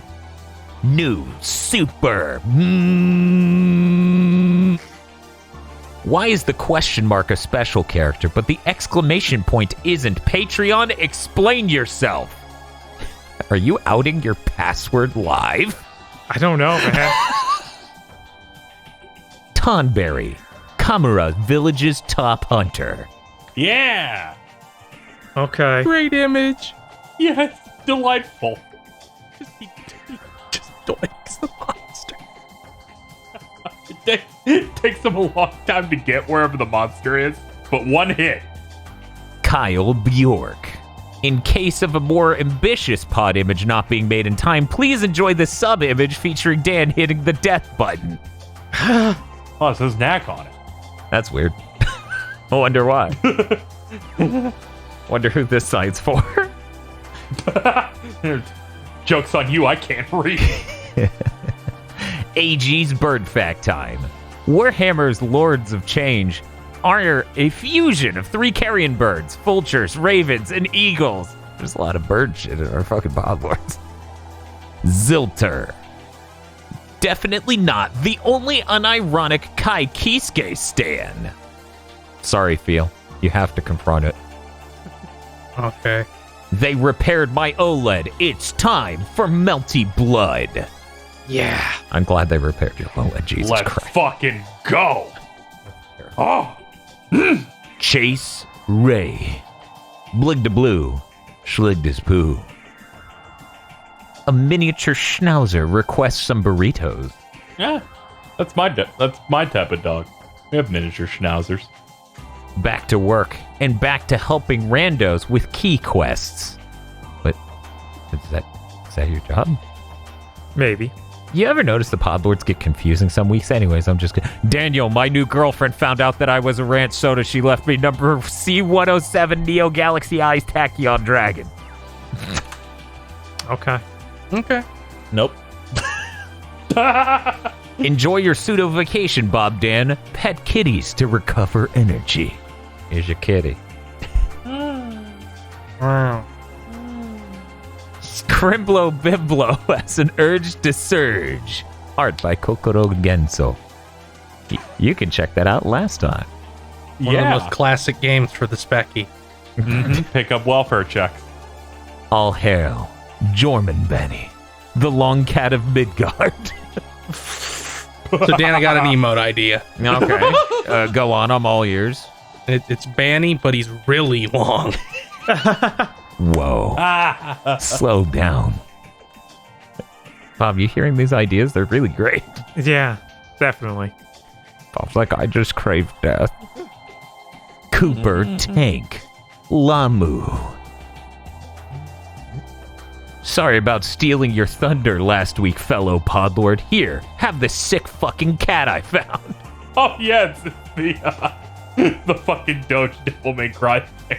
Yes, that was hilarious. Oh, God. That was Yeah. really hilarious.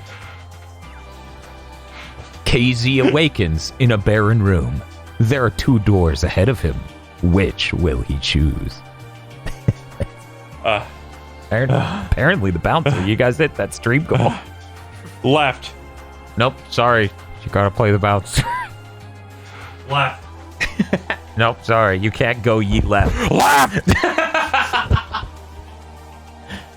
Ganon Dink.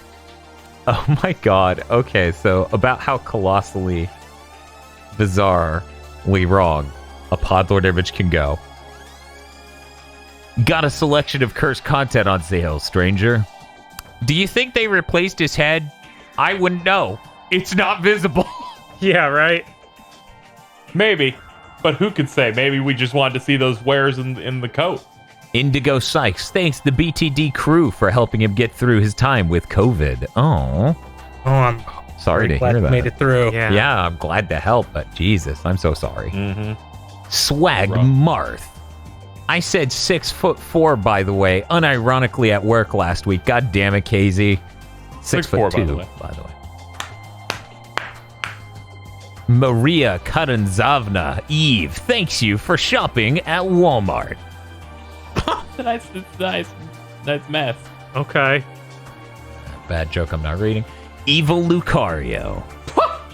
And fight you? No, I'm planning to kill you. Thank you. Oh, wait, what? Last second podlord, what? What? What is this? What? Also, Money. Also, Mondo. Thank you very much to our podlord. Thank you, Podlords. Podlord. Seriously, that podlord didn't exist 2 minutes ago.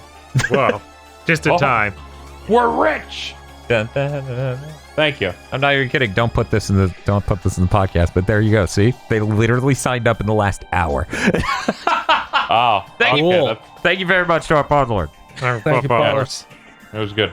And if you'd like to support the show, you can spread the word and tell your friends, or you can go to our Patreon at patreon.com/gbpodcast. For as little as $5 a month, you get many benefits, such as extended armchair dev pitches, early access to our anime review podcast, Chugging Bleach and Mondo Cool, and Cursed Content Club commentary tracks, alongside Cursed Content by Committee, our Patreon exclusive user-voted Cursed Content show. That's patreon.com/gbpodcast. So we've got news on top of news. just being a good boy, and then fucking big boss man has to come in. And then he's like, oh, okay, guess we're chaos now. Dude, Okay. I get it stuck in my head every time he does it now. Oh, no. Every other news story. Okay. We're talking about the biggest one. Intel announced a new product. They gave a presentation about it. The product is called Bleep, which will let you censor in-game chat so you don't have to hear offensive things. The back end is the funniest thing I have ever seen in my entire life. KZ, you have to put this into the fucking image. I'm sorry. Yes. You have to put it in. I mean, the tweet blew up. Obviously, they need to see the N-word toggle. God. There's we also need misogyny, the name white- calling, the white- racism, xenophobia, sexually explicit language swearing, and the N-word filter. It can block all variants.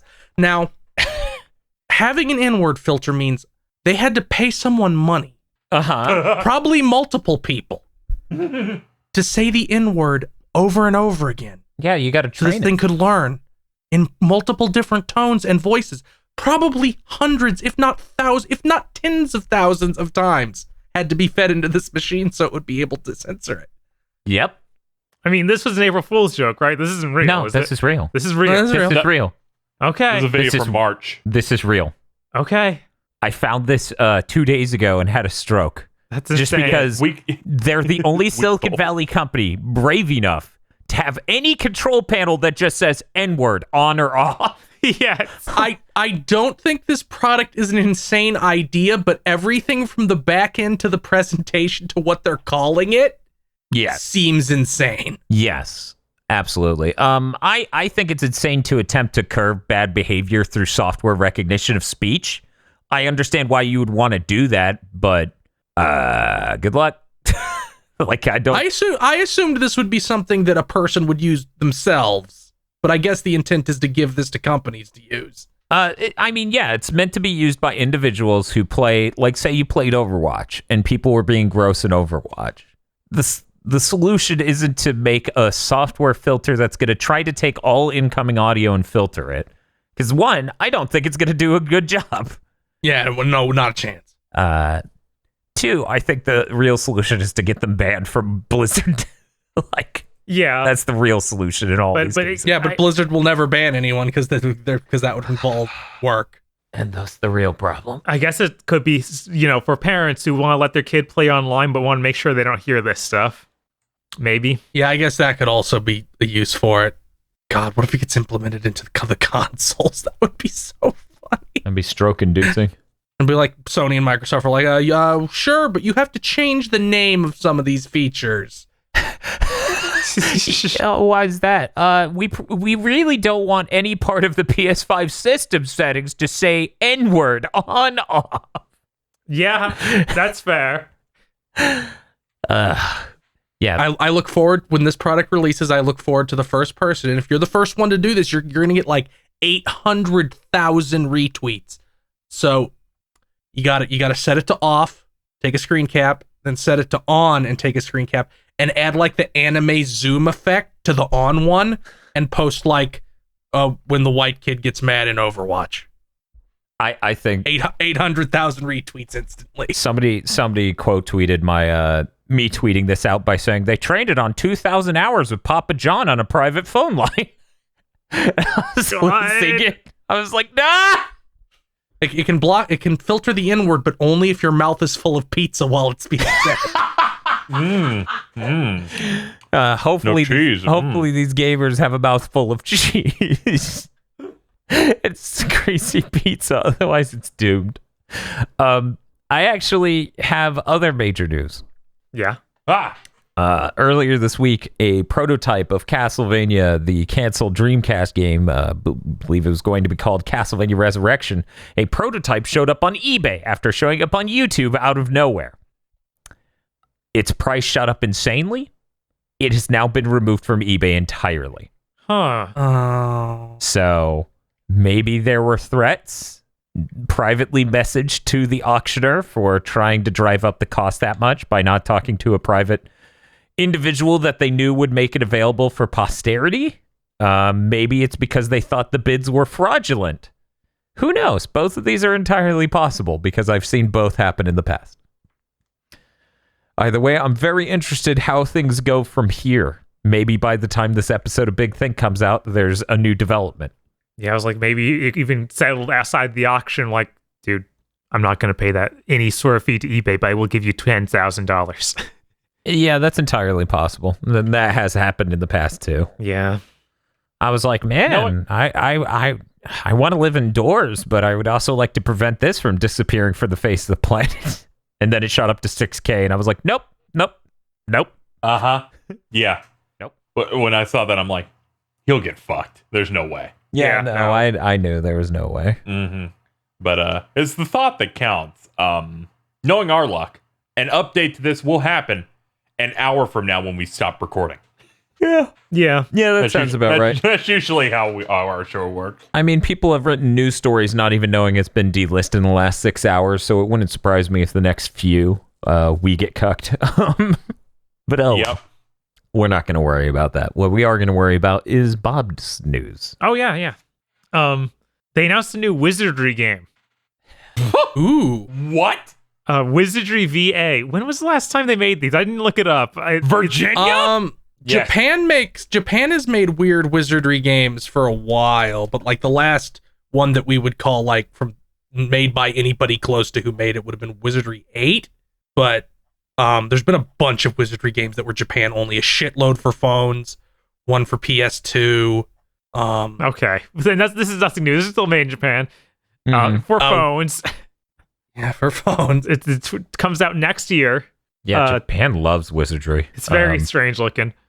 Yes, it is so hard to describe how weird the trailer is. Maybe you should just paste it in here, Bob, so that way they can see it. Sure. Not even our audience. But yeah, it's first-person mobile dungeon crawler featuring fully 3D modeled characters and environments, and you get to see your companion next to you pantomiming.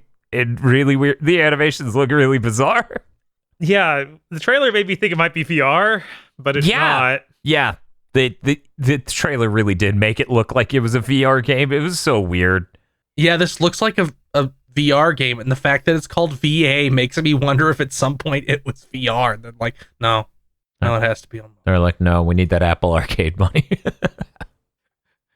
Well, it sounds like Feels found the trailer. I can't. I don't. Okay. Well, sorry, Casey. Let's move on. Let me. Okay, I was about to give it to him. Sure. Feel free to give it to him, and we'll move on. This one's real big. Street Rage 4. Mm-hmm. Finally getting DLC. Mr. X Nightmare. DLC is going to add 3 new characters. The only one they announced so far is Esteel, but you can pretty clearly see Shiva in the silhouettes they put out. There's going to be new moves, new weapons, and new music from T-Loops, who I guess worked on Sonic Mania and some other stuff. He did the entire soundtrack for Sonic Mania. Okay. Yeah, T-Loops does some really good music. There's adding survival mode. And they're also doing a free update that gets you a new difficulty mode called New Mania Plus into training mode. Man, yeah, cool. I don't need a new difficulty. The game's already crazy enough. Nah, you totally need that. You need to get pro, and then you'll need that. Yeah, I'm sure that's good for a lot of people. But yeah, this is exciting. I'd love to play that game with more stuff. Bob, I just saw the next bit of news, and I'm screaming because we called this shit on stream last Friday. We did. Yeah, you sure did. I cannot fucking believe we called it last Friday. Yep. Okay, before we talk about what the news is, sure. We heard about 2 games shipping at the same time. Uh-huh. It was Deathloop and something else. What was the something else? It was a game that had taken forever to be developed, and for some reason I was like, yeah, I'm sure that's coming out then. Deathloop, though, that's hard to believe that's coming out in 2020. Maybe it was Returnal? No, it wasn't Returnal. So Sony ships games. Dumb. This was something that spent forever in development. It was that thing where you play as the little rodents. Biomutant. Yes, it was Biomutant. Yeah. So Biomutant and that were shipping either in the same week or the same month. And I was like, I'm confident that Biomutant will somehow ship. Deathloop, no. Yeah. And then within 1 week. Yep. 4 months delay. Your specific words was, they think they're shipping it. And apparently, no, they didn't. Yeah, and then we joked about how that means we're going to see it at every conference again. So yeah, that will happen. Oh man. Oh, good. I wrote that on my own, which is the 4-month delay ensures we get at least 2 more trailers for Deathloop. Oh, you're Pour so one out for that. Pour one out for that poor fucking trailer guy, because he's like, how can I make the exact same trailer 3 more times? Right? It's a mystery. I've already done it 8. I don't know. Ask Lorne Lanning. Luckily, his game came out. Thank God it did. All right. Now we just need Deathloop and Metal Hellsinger to come out. Yeah, no, Metal Hellsinger should be out. What the oh. heck? Why isn't it? I thought you meant like another trailer. I was like, no, please don't. No, stop why would I touching me. want another trailer? Yeah, for my final piece of news, I got a bunch of data announcements Okay. for the summer of gaming. No, Yeah. not okay. So we're gonna have the PC game show in the Future Game Show on the June the 13th. So excited. Keeley's Summer of Gaming will last a whole month. Only one month, supposedly. Yeah. Yeah, he said it's localized to 1 month this time. Thank God. Thank you. Fucking God. And of course, the big one, E3 2021 Digital. It's going to be June 12th to June 16th.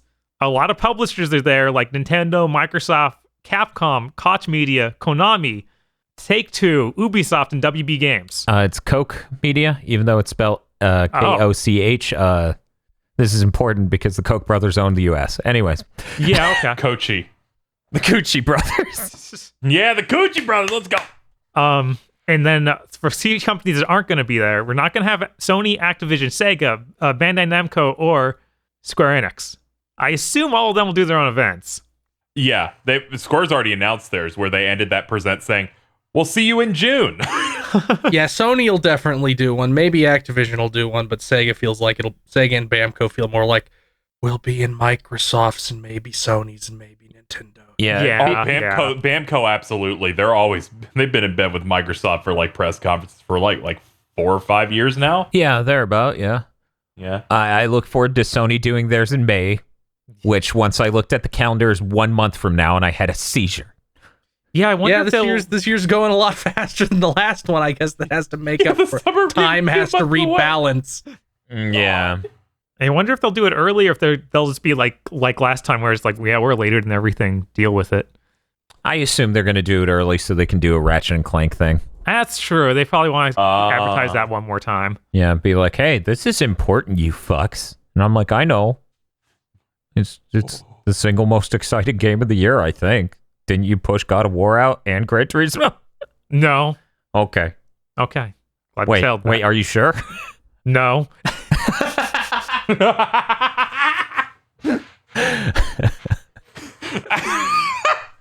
Real quick, is Sony shipping anything after Ratchet? Horizon. They're going to ship yes, Horizon. that's right. They're allegedly shipping Horizon this year. Right. Yeah, the PS4 game.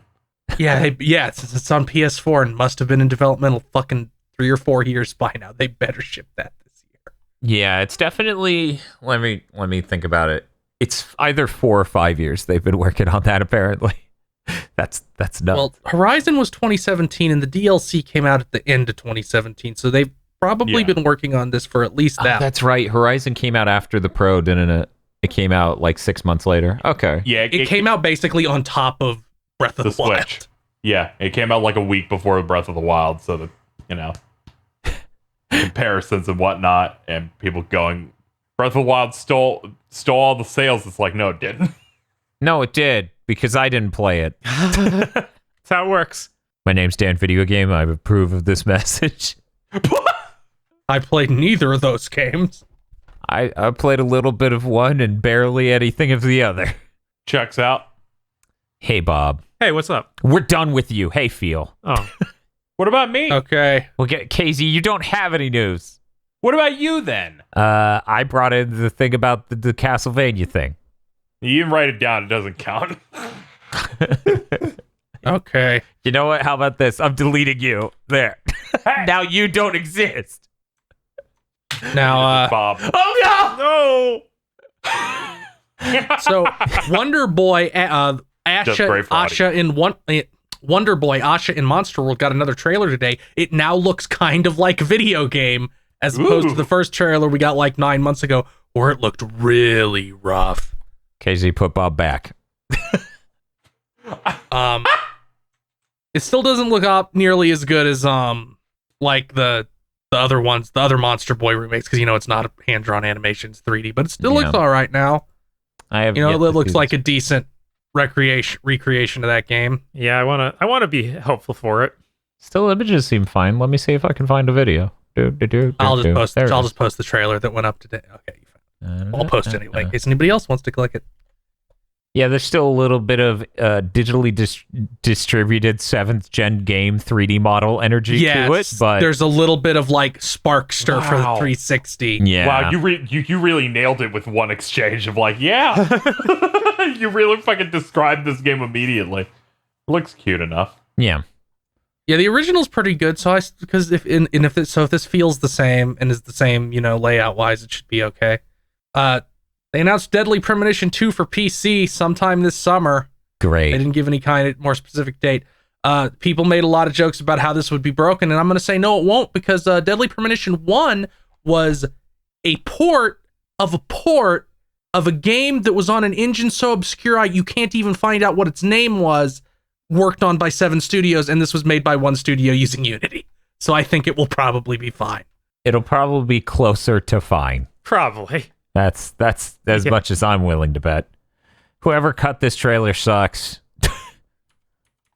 There's a Oh, what the Wonder Boy one? yeah, because there's a black frame in it. There's some really bad text at the beginning. Oh, It's like someone who got Vegas and just went, I need to put some text on screen right now. I don't Windows know. Movie Maker. I couldn't handle the end part where it goes, "Everyone is welcome to Monster World." Oh, I actually didn't make it that far. One moment.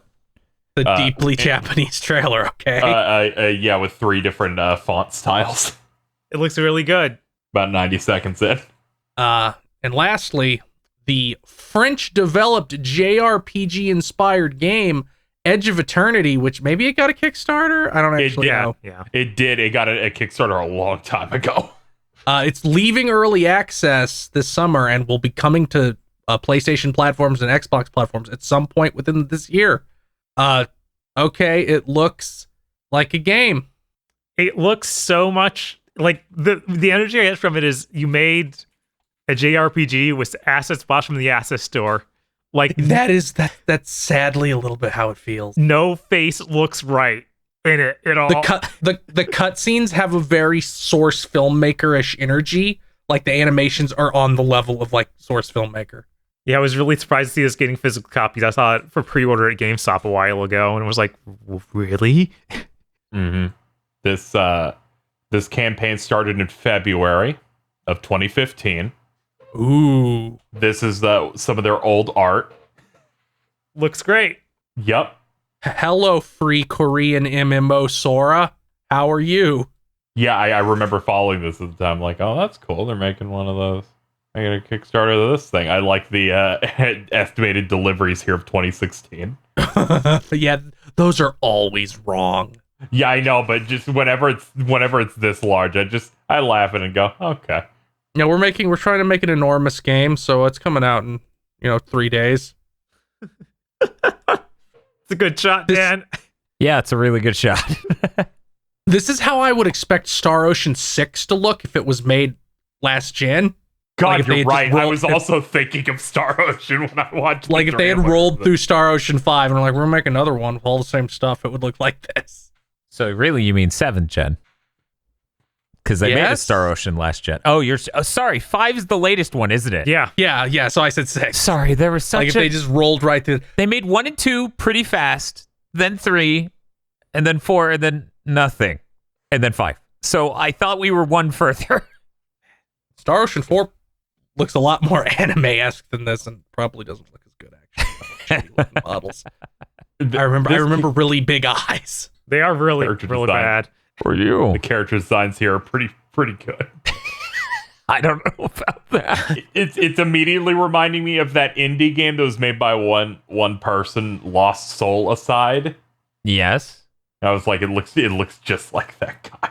I think Or that just guy like looked a little bit more human. A little. There's something just really off about the faces on these guys. and then that they have like anime wigs is really funny. I love anime wigs.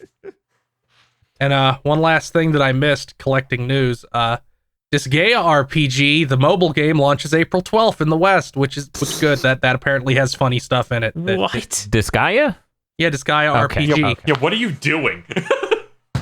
That's how it's written. You said Stop punking Disgaea, us. and I was like, maybe I'm Yeah, that's Okay. how it's written. I've never heard anybody say it. not even me. Yeah, we definitely have never said the word Disgaea on the Big Thing Dimension. Okay. And I say Disgaea almost every single time. You've told me to stop before. I do it more to upset you. We're rolling it back. What did they I'm announce an idiot for to upset Disgaea? you. They announced Disgaea RPG. The game is called Disgaea RPG. Okay. It is the mobile game. They are launching it April 12th in the West. Good. Apparently that has funny thing in it that I could not see because it's in Japanese. Does it? I probably will not play it. Is it going to be Android or iPhone or both, or do we know? It says it will launch via iOS via the App Store and Android via Google Play on April 12th. Great. This is apparently the one that did not close down in 2 weeks like the last attempt. Great. That's all the news. Yeah, that's everything. That's all we're free. That's all she wrote. That's all she wrote. Okay. In the next week, Bob, am I buying an iPad? I don't know, man. Probably Why don't you should buy a house instead? Those are radically different costs of things. You got I don't know, lunch. in the long run. You got lunch. Why don't you buy a restaurant? Yeah, that's how most articles Yeah. about millennials and wealth go. Yes. Yeah, Yeah. you're gonna get it. Say the line. I got $80,000 from my dad. I got $140,000 from my dad. Oh, cool. I didn't get shit from my dad. I'm going to be honest. Anyways, I don't know what we're doing. We're apparently doing the knack thing tomorrow. I am co-hosting a stream with Gil, if all things go according to plan, Giluria, over on twitch.tv/GILLURIA. I'm co-hosting a Michigan... Jesus Christ, this title. 1 second. Michigan... from... Report from Hell, which is made by Grasshopper. Great. And it's a PS2 game. And You ain't, Japan and Europe got it, but we didn't. God, you ain't from Michigan if you ain't done this before. Yeah, it's got planning done by Suda51, so it can't be that bad, right? Anyways, I'm gonna be co-hosting that stream over on Gil's channel, so feel free to look forward to that. Aside from that, I don't know that we'll be streaming. I don't know. We allegedly will do a Mega Man stream of some sort next Friday. Yeah, next Friday we're supposed to do a Mega Man Marathon, but we'll see how things go. I may buy an iPad to cover some mobile games. Hey, Phil, what are you doing? Well, I'm gonna finish Blood, because Fresh Supply came with the 2 expansions, so I'll probably also play those. After that, I don't know. If maybe I'll stream East 9 if that 4K patch comes out in America, Ooh. because right now it's only in Japan. That's weird. Yeah, that's They're weird. dragging their feet. Shocking. KZ, do you know what you're doing in the next week? I'll be continuing my download of the 79.84 gigabyte Fallout 76 because apparently I decided to download that. I forgot about that part of the podcast. Ooh, I'm excited for your opinions on it. Yeah, I'll play that on my own time and come back with my experience. I've looked at nothing about this aside that it was bad. You literally know nothing about it other than it was broken when it launched, and we made fun of them starting a class war inside the game. Yeah. That was really good. But yeah, that's my plans aside from streaming and other things. That's it. Bye-bye. Wait a second, KZ, you bought an Xbox Series X? Yeah. Why didn't you just buy Microsoft? Oh my god, I've made a mistake. Just get a $12 billion loan from your parents. Thank you for listening to this episode of The Big Think Dimension. If you would like to support the GB Podcast Network, head on over to patreon.com/GB Podcast so that way you can get exclusive behind the scenes on stuff, other content. There's a lot of content. It's basically non-ending avalanche of content. So head on over there, become a $5 backer or a Podlord today.